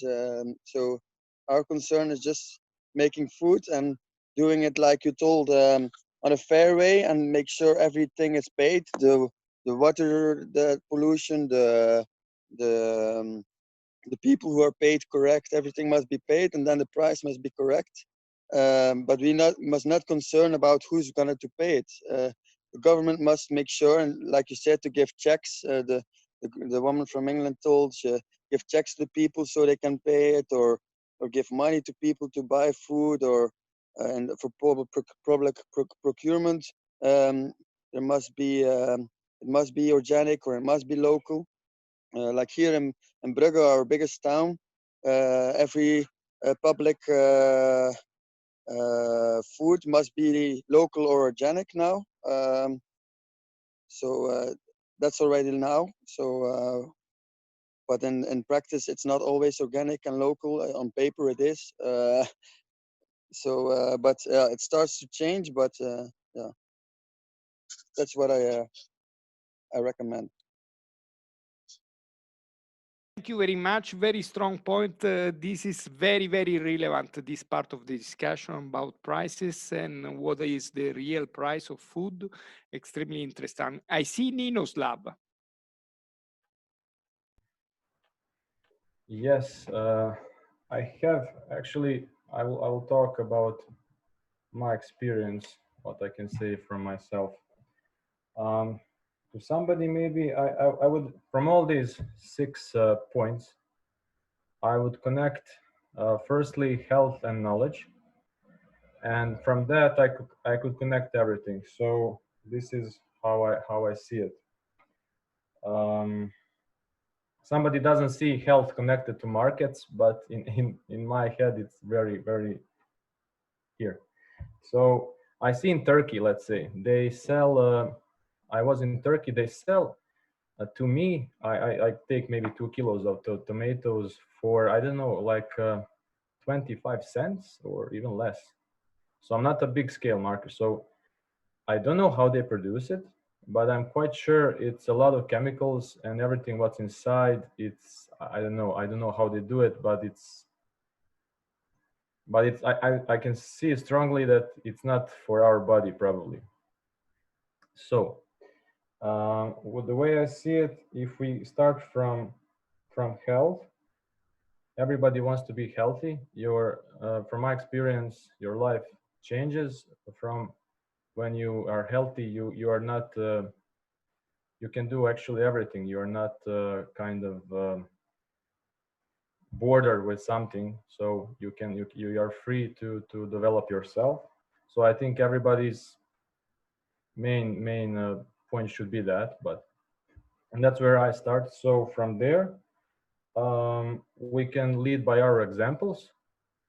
And then from leading by example, when lots of people lead by example and somebody wants to see the good results and see how that person is feeling, how he's managing his life, people around him and everything. Maybe somebody maybe wants to be a part of it. And then when we have a kind of a bigger community of that, then it's easy to present something like that to the government, and it just grows some kind of like that. So if people want healthy food, want healthy lives, the government must act based on our needs if we ask them. So I would connect then health to knowledge, and then from that I can connect then that comes later legislative framework and fair prices. When you know that something is not good for you or it's good for you, you will pay for something that's good for you if you understand what it does to your body. And also then diverse models for, I mean, the markets are easier, the people want that, the people want to feel better, and that's kind of my idea how I see this. Thank you. Just to understand your last sentence, you say in terms of the fourth cluster that it's the diverse model to access to market, you mean that you want to make easier access to good quality food, and those are some ways that it's an easier access. This is what you said? Short chain are easier access to good quality food. Short chain, yeah, makes it that the price is fair for it. You don't have maybe 2 or more 3 hands of traders that they have to take their share. So everybody gets what they I mean, everybody gets a fair share of their transactions. So I make the food, you take it, you give me the money, I can make more food. So there is not 2 or 3 more persons in between, like markets and everything, that take profit for them not producing. I'm not saying that we shouldn't have markets. They should be there, but people who are conscious, they will come. I mean, they will come directly to the seller, and this is. I mean, it's not easy, but in time it can develop. Thank you very much. Thank you very much. Very clear. And Oystein, it's your turn if you are ready.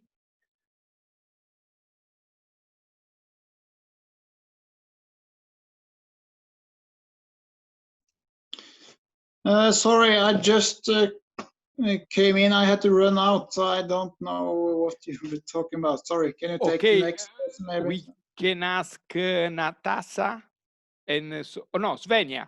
Svenja, thank you, Svenja. Svenja, can you explain what we are doing to Oystein also? So he will be happy to understand what we are doing now.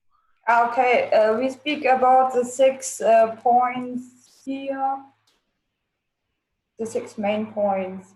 And when we have something to say about this or agree or disagree about the points, yes. But I would say something about to Jens. I think it's, or I disagree with his message. I think we need the same regulation in the EU. I come from Luxembourg. Luxembourg is very is a little country, and all the day we go on the other side or in the other country. We work every day with the other countries, and it is very important to work together. And here in Corona, every day we have problems to work with the other people here. And I think a big point is we need the same rules to working together, and not we close we close the trade, or we close yeah. I think we must work more together. And in point 4, I have something. I think we need more information about the market. Mostly the people that work there, they're big workers or big companies that work on the market. And when you come a little farm, so where get you the information? That I think that is a big problem. We have a little shop. When we would have information, we called one day for other people, and the problem is where must I call, or who is the people, or who is the persons where must I call for get information? Also that's one of our problems. And one big problem there isn't here, or we don't speak about it. A lot of people don't know how we produce products. I think that is a very big problem. Yeah, and then the people don't have, they don't know how the products produce, and then the price is then, okay, I have the same product and a different price. I think the production must be more in the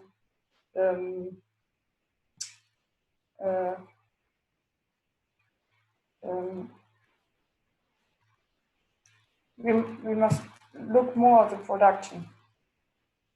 Okay. Thank you very much. Thank you very much, Svenja. I am asking you just to have a better understanding. You raise a very important point, that it's consumer awareness about our products.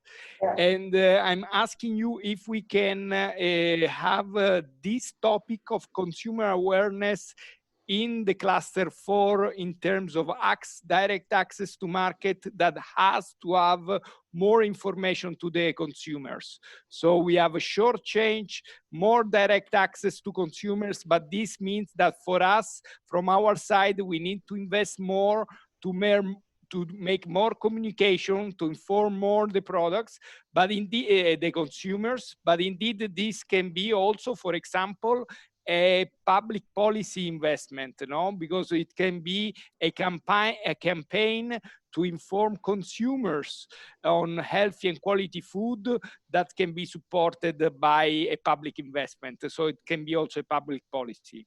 So thank you very much, because you raise a very important topic that it's extremely important. If we want to connect more with consumers, they need to be definitely more aware.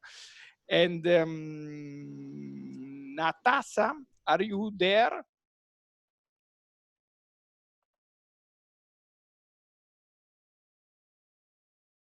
Maybe she will join us later. Oystein, did you got to the point that we are discussing?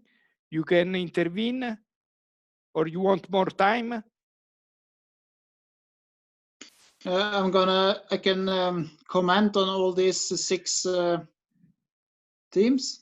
Yes, you can. Yeah. And if you want to add something, you can add, because it's this is not my idea. This should be your outcome. I just facilitate to make easier having a conclusion. Yeah. The number 6, knowledge. It's I guess that's the whole point with this BONE project. Because I meet farmers that have been farming for 50 years, and there's so much they don't know. When you are a farmer, you need to learn all the time and find good ways to share experience and strengthen knowledge. That's very, very important, and maybe a bit hard, because when you work with the same thing, you get a bit blind maybe. So I'm looking forward to these discussions we're going to have, these webinars. And she was from Luxembourg, was talking about consumer awareness and knowledge. We use Instagram and social media very much, and the customers they like it. They see our cows and they see how we work and they ask questions, and it's a very nice way to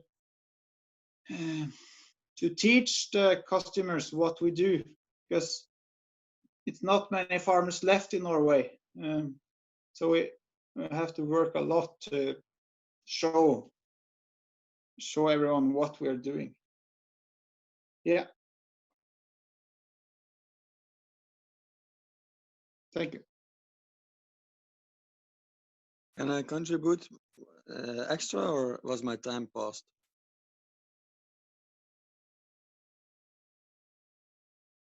Or who talked that I lost? Who's talking? It's Jens. Jens, you can talk absolutely. We have a free space now, so we can. We need to guarantee to everybody that they can talk, but it's a free space. Yeah, So I heard already 2 times knowledge. That's important, but I think the older farmers are already lost cases, but we still not bring the good knowledge to the schools. So I think if we go about knowledge, I think we need to think to the future and the young farmers and even young kids who will be our next generation consumers, to bring that knowledge to, or the government or European Union must bring that knowledge to them. Stop bringing the wrong knowledge about big farms, and stop bringing and start telling about how important good food is and how food gets produced and should be produced to the schools. And that's where what they don't do, and that's easy. New teaching plans, new insights at schools, bringing farmer schools, but also the new generation consumers, and that's missing, I think.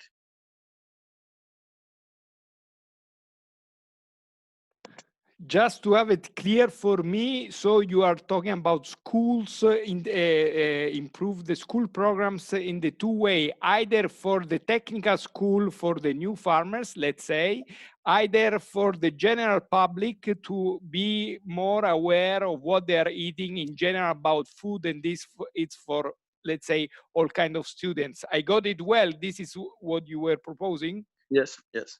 Okay, thank you very much. I see. Ninoslav, I see you. Go ahead. Thank you, thank you. Yes, Jens said a very good thing about schools. Maybe a new subject like on nutrition and health and food and something like that. But we are far from that. But anyway, just a small point.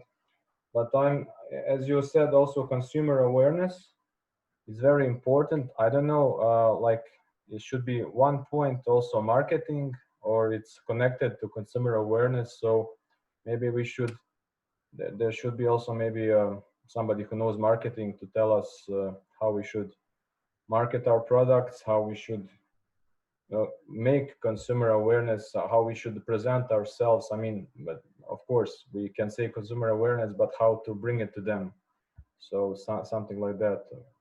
But that's one of my points, maybe. Thank you. This we can add it in the 6th cluster about knowledge, no? Something that you want to have more knowledge on those topics for farmers, for food producers. I got it well? I'm not sure. Knowledge is a quite vast subject, and I'm telling about marketing. So I'm just thinking, does marketing fit in this list?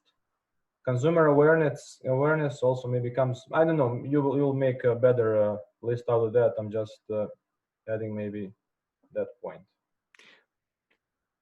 Well, let's say that for a common understanding, all the cluster 4, diverse model and schemes of accessing, it's all about different way to access the market. So it's all marketing at the end, no? Because marketing is our different way to. It was interesting, if you remember well, that Jyoti also said that each single farm is different, and each single farm has its diverse way to access to the market. So what was in common in what she was saying is that we want to have back the control of the food chain, no? Of the value chain, sorry. So the farmer more in control of this value chain. Then how this happen, it's very different because all our farms are different. Our way to access the market is different. Most probably the legislative framework is different, although Svenja was for sure saying something important. We need also common rules, and because otherwise we are we get lost. No, we are in Europe with a common market, but with very different rules. And it's interesting also, maybe Hans and Svenja, you need to clarify yourself about what you were saying, Hans, about to regulate the price, and what you are saying, Svenja, about we need to have common rules. Because from my point of view, I don't see the difference. I mean, I don't see that is that we need to have different rules to regulate the market. We need to have a common rule that regulate the market, that avoid prices that are too low and can make a situation of unfair competition. But this doesn't mean that we need to have different laws in that sense. But maybe afterwards you can continue this discussion. We had a message from Natasha that she has a quite big problem with internet, so I think she's not anymore online with us, but whenever she will be back, it's okay. Do we have some other points to add? For example, I didn't have from you any, or you can say that you agree totally with the proposal on investment policies that was done by Jyoti. So we can collect those proposals as something that you can agree, or you want it's cluster number 5, let's say, or you have something in mind that you can add. It's a question for you all.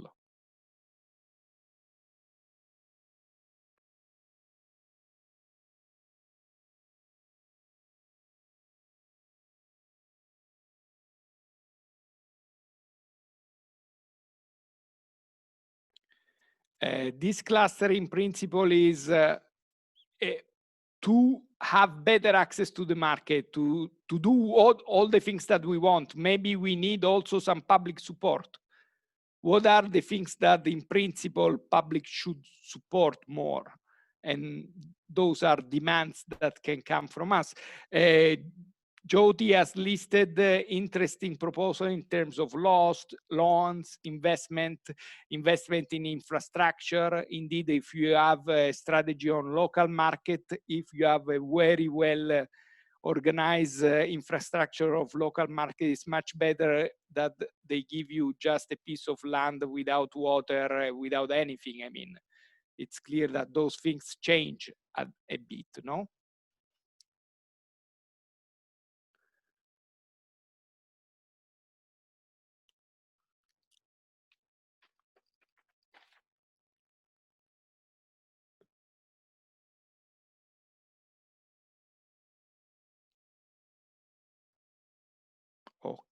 Okay.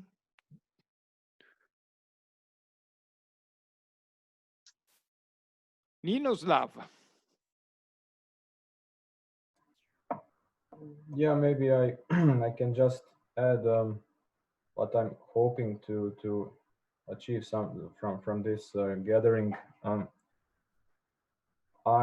hoping also, yeah, maybe in September we meet, but I'm just thinking that from this workshop, let's say in this markets for next generation of farmers, with this list and some, I don't know, maybe I can get some like recommendations that you have from somebody else on some projects, so I can go directly to my government I have also some connections with some clear proposals that they maybe should invest here and maybe get some new projects and something like that.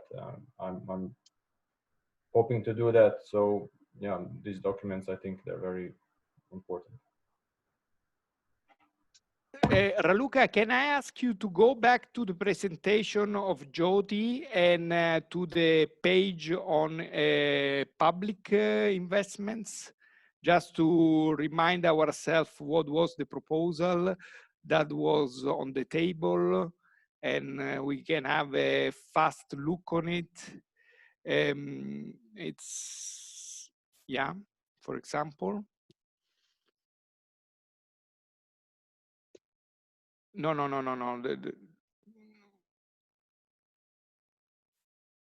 Okay.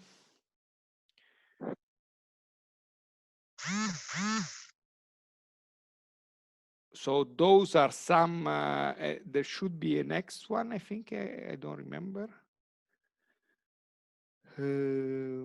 Dynamic end user, and the next.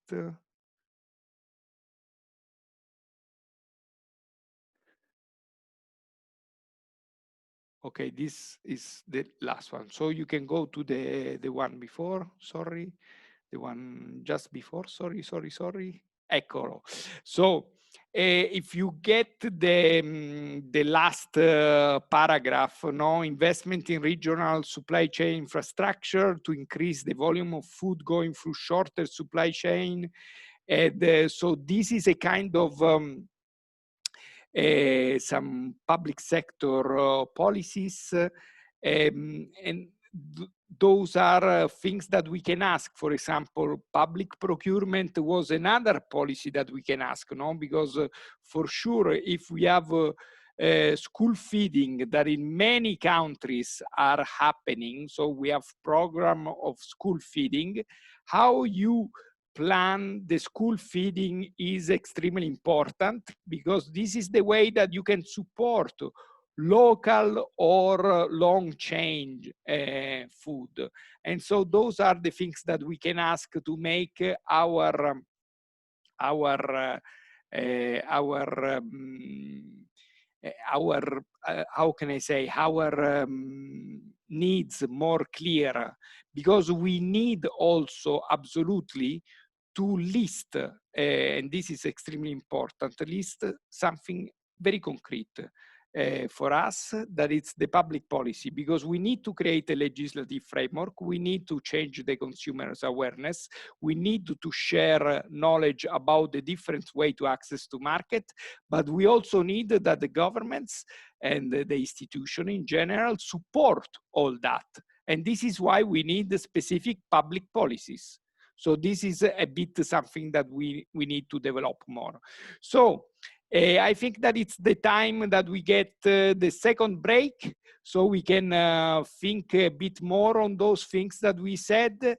And we have, let's say, till 4:30. So we will have the last half an hour to finalize and get ready for the next webinar. Okay? It's okay for everybody? Yes. Then let's meet at 4:30. Thank you.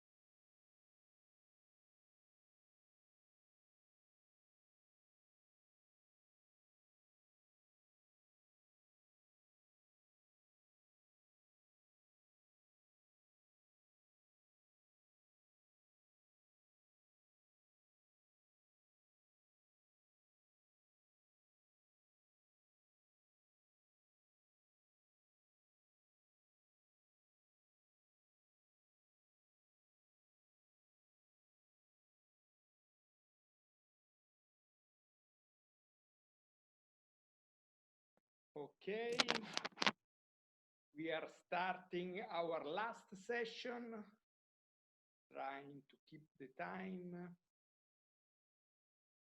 And so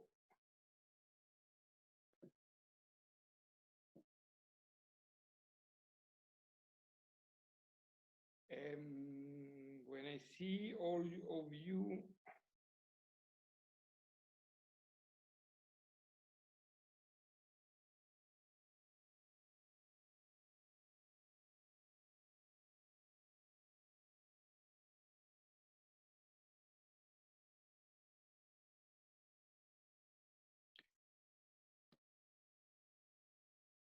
allora,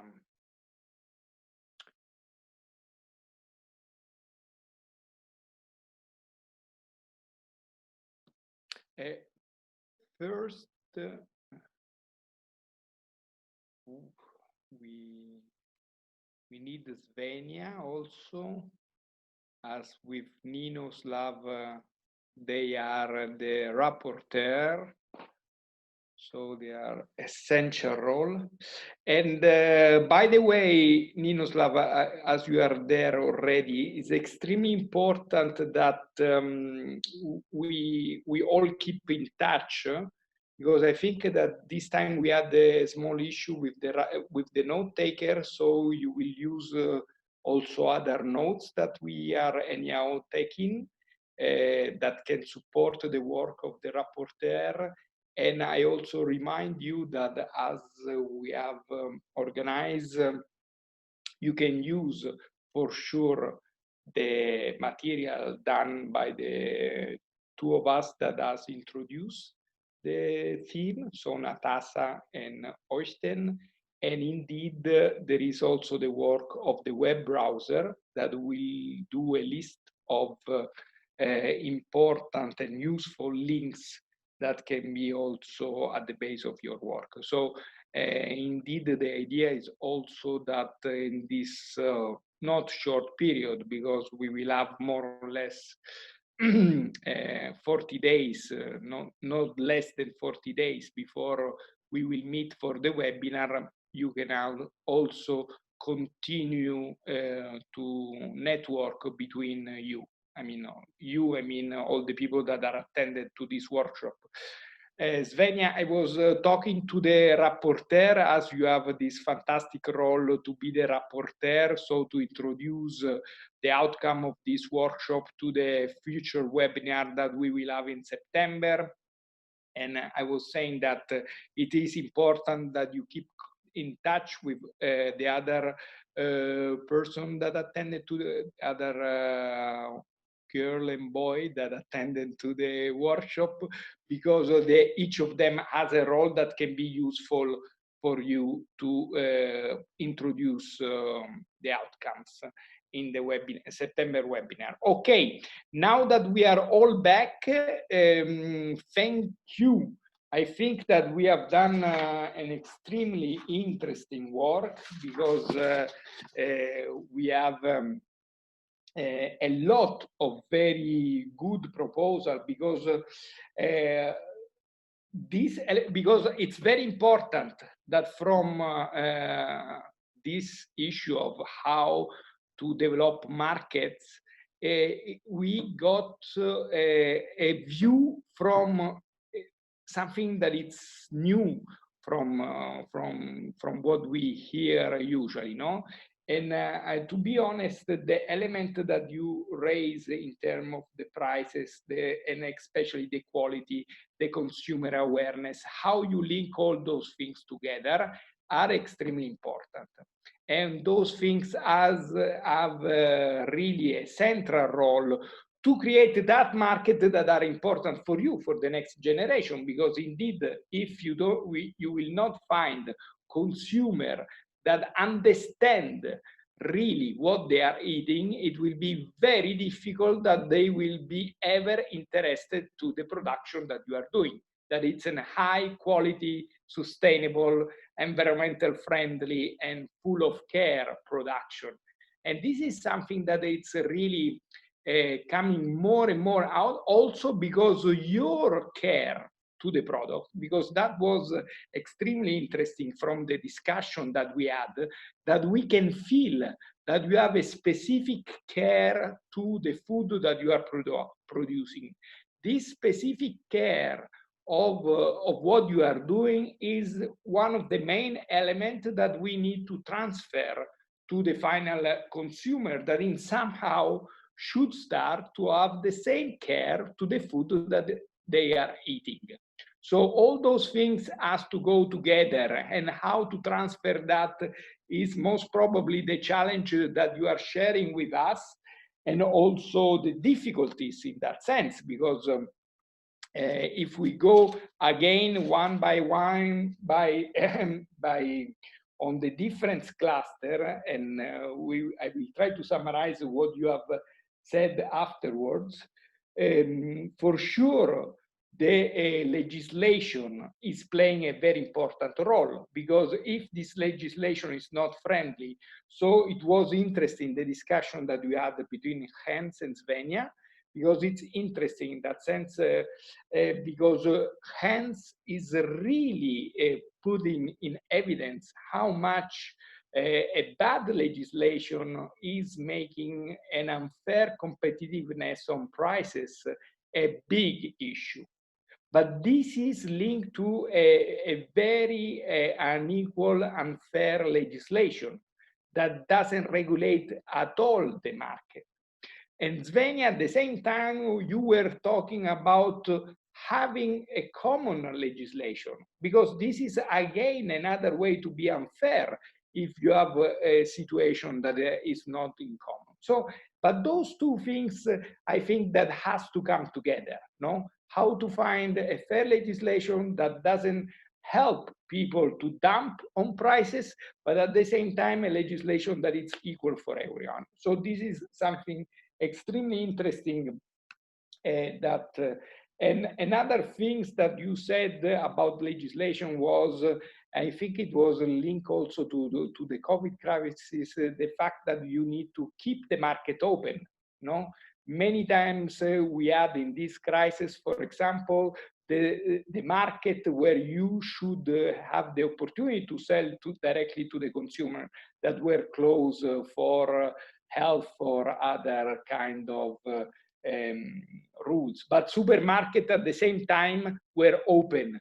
So this is a classical example how legislation is not making fair your livelihood. And I think that also Jyoti has said has the health rules on processing food are another element that are hindering your capacity, your autonomy. So the second cluster, and on the second cluster, there was from your side an interesting point on how to connect knowledge and market. This is it's very interesting in that sense, how to connect the health and the knowledge. And those things, it was interesting that you said that we need to connect knowledge to the health issue, and we need to connect the way we access to the market to the health. So 2, 4, and 6, the 3 clusters are one linked to the other.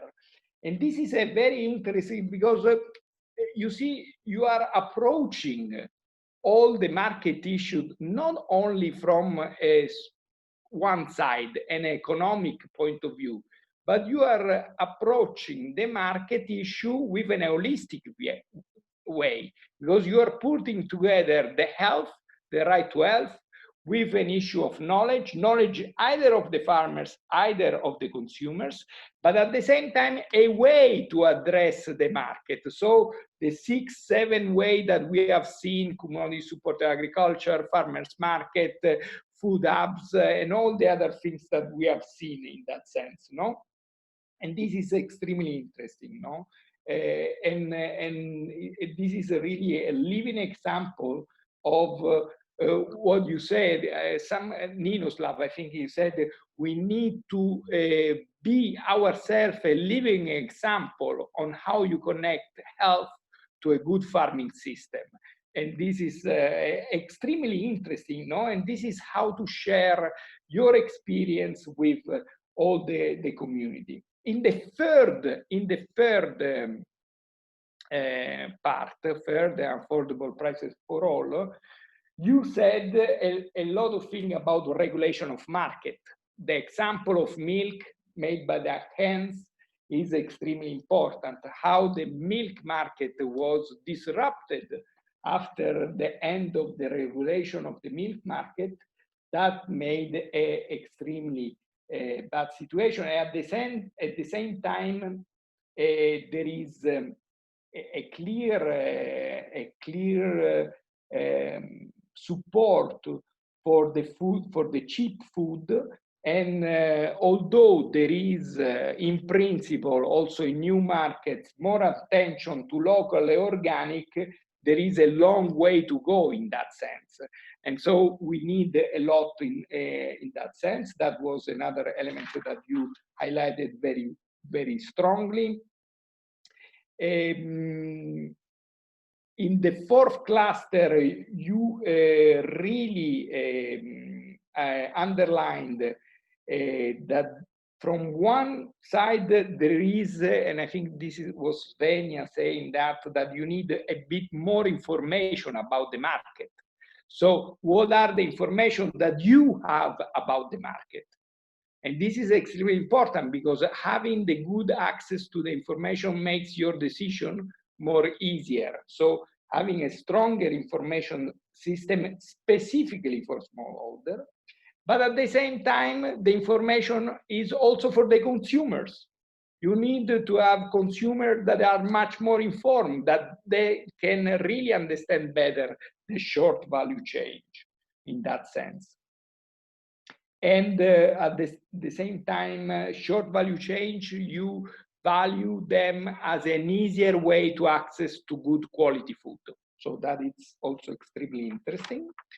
And on the fifth cluster, let's say that we didn't have a lot of discussion, but my understanding is that more or less what was supported in the introduction of Jyoti was more or less agreed from your side. So having a more innovative way to support startup and do grant investment on innovation for startup, it means startup smallholder and so on, and startup scheme for local communities, and also using a lot what is the leader approach and in general local food system.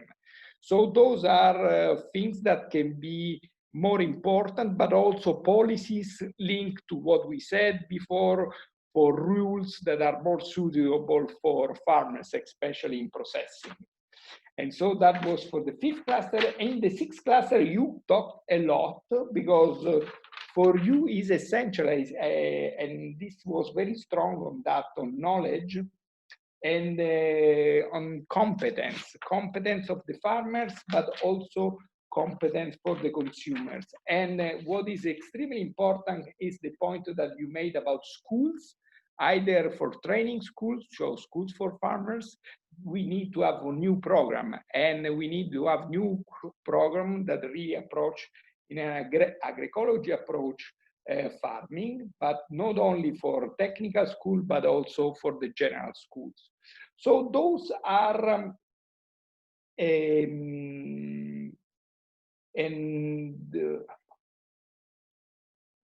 so this is something, and then was this transversal, let's say, topic that was arise that we talk about consumers' awareness, no? That they really need to know much better how we produce.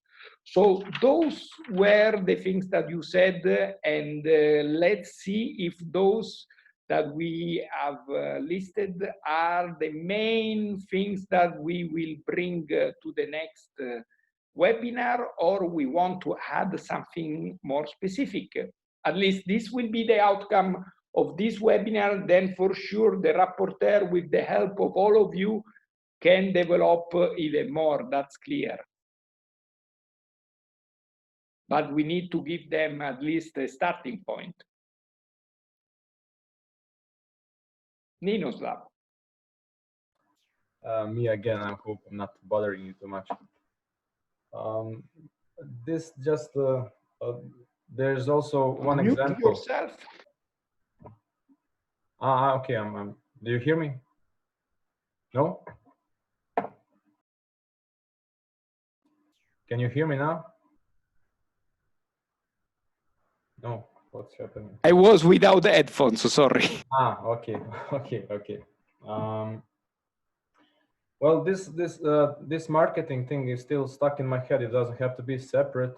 I'm just thinking about, maybe I'm wrong, that since somebody could show us a little bit about marketing, because in these new days we are living in this kind of internet world and everything, and somebody could show us a difference between bad and good marketing.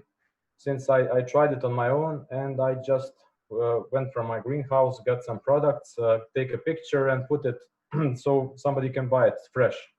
But I didn't see that the picture was on a bad place. I don't know, with no details. Like, people like to see colors, people like to see diversity.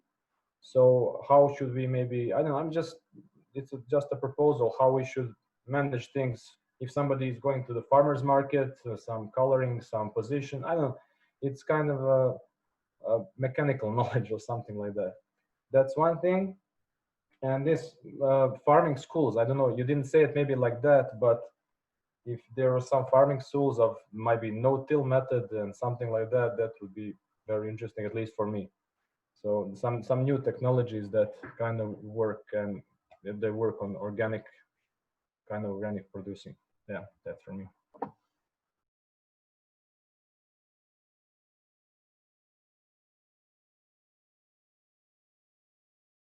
Very well, fantastic. Other comments?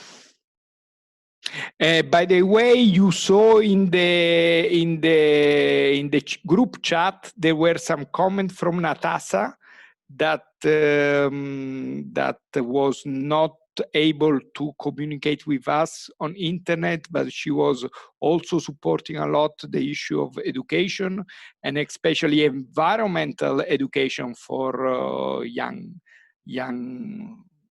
in school.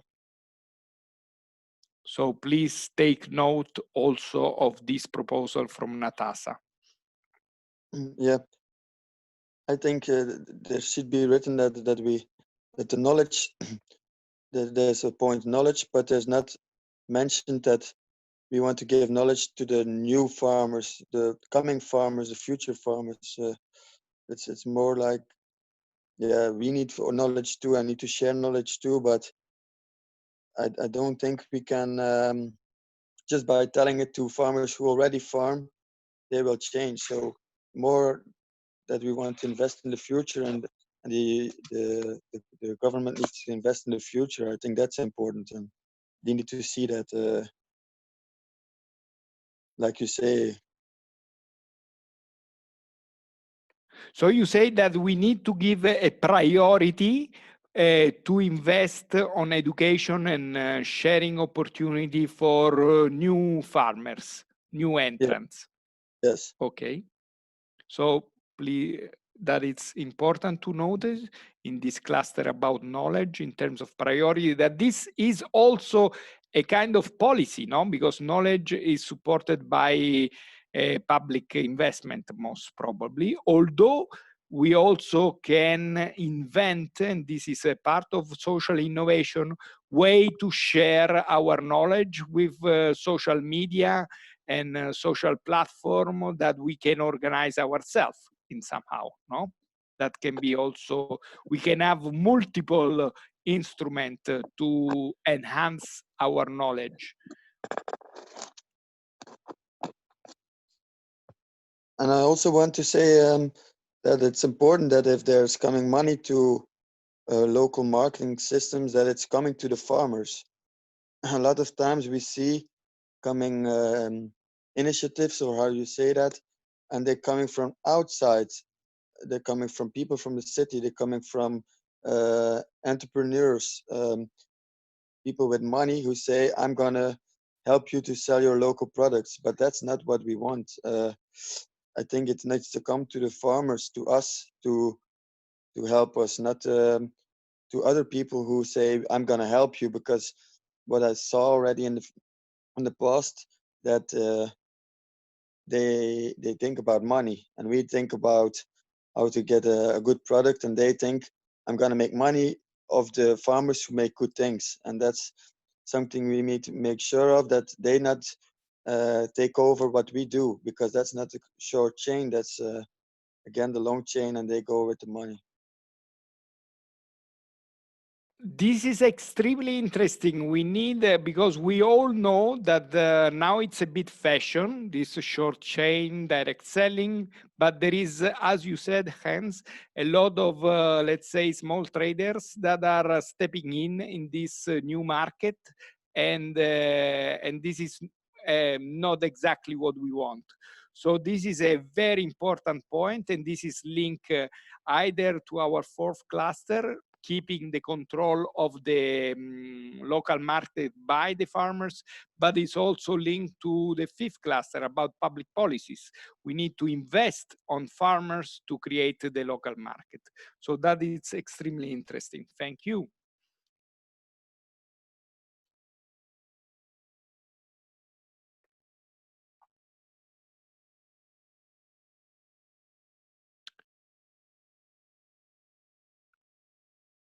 We have other comments.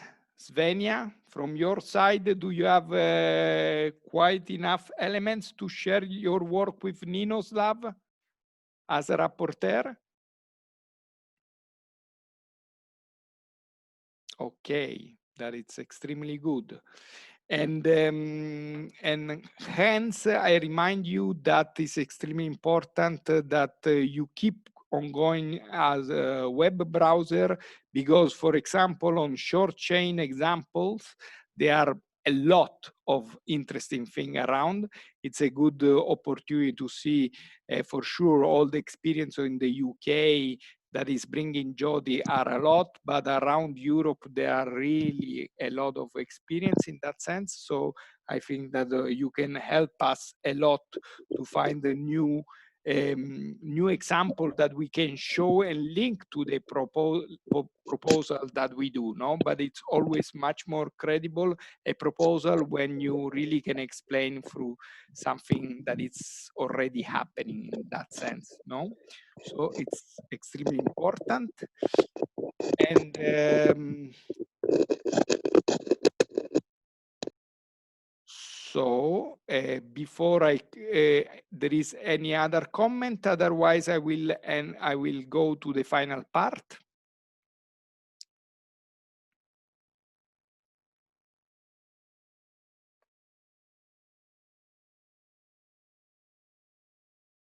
Okay, no other comments. So first of all, I would love to thank Lindy and Catherine that are with us of the Bond project. Bond, that I remind you, it's bringing organization and network development to higher levels in the farming sector in Europe. Lindy and Catherine are supporting all the overall activities. I mean, supporting, they are at the base of all the overall activities of Bond. So thank you very much that you were with us during all the 3 hours webinar that we have that we are ending. And I really ask you, if you have time, by the way, Lindy and Catherine, if you want to say something, you are always welcome. Otherwise, if you smile to me, it means that it's okay. And we go on. And I invite you all also to, Raluca has put in the group chat the contact, the link to the next webinar that are tomorrow and the day after tomorrow. And it's all the four webinars are linked one to another, so I think it's interesting also just to listen at least the first hour, and you have always very inspiring intervention. So what is extremely important is that you keep on sharing, because as we all know, what we want really at the end of all this process, that we build something that can really, sorry to say, bond ourselves. We need to link ourselves. And so you have the social media, the Bond Facebook group is extremely important. And all the documents, all the presentation, everything that we produce, it's on the Bond project website. And indeed, this means that whenever we produce something, it's already there. So it's really a kind of treasure of document that you can look on. And for example, I think Catherine was suggesting before that we have a very interesting document that was on the chat about, that was already produced by the Bond project. No, was Lindy, sorry. So thank you, Lindy, about a very important document about how to support cooperative that we were discussing before the document of Agnes. So this is a bit the opportunity that we have. We keep in touch on those through those social media, and we need really to prepare ourselves at the best for the webinar in September. Now I just give the voice to Ramona that supported me in the facilitation. Ramona, if you want to add something to that, here it is, before we say goodbye to everybody. Thank you so much, Andrea. I believe that the discussion was quite rich. I think we have quite a lot of elements. I'm very happy with our expert today, who gave us a lot of tools. I mean, she spoke in such great detail that it was not, I mean, it was not much, we were not left with a lot to add. But still, I think there were very important nuances that participants identified, and that will help us make a very strong proposal for all of us to rediscuss and agree in September. And we will collect, I mean, the people who are supposed to take notes are not with us, but in either case, we do have the recording, and we're going to make detailed notes of this session, and we're going to support our rapporteurs for the September session. And thank you all for resisting for so long with us. I know it's very hot. Actually, for Romania, we are experiencing a heat that we're not used to. And thank you for resisting with us so much. And thank you, Andrea, for being so strong until the end. Thanks a lot. You are inspiring me. You are so nice. I will miss this webinar, because they are very inspiring. You are very, very, very, very, there is a lot of very good things that are coming out. And to be honest, in this agriculture in Europe, where we have meeting with very old people, it's so good that we have some meeting with young faces. So grazie, as we say here. And let's meet in September in the webinar, but let's keep in touch.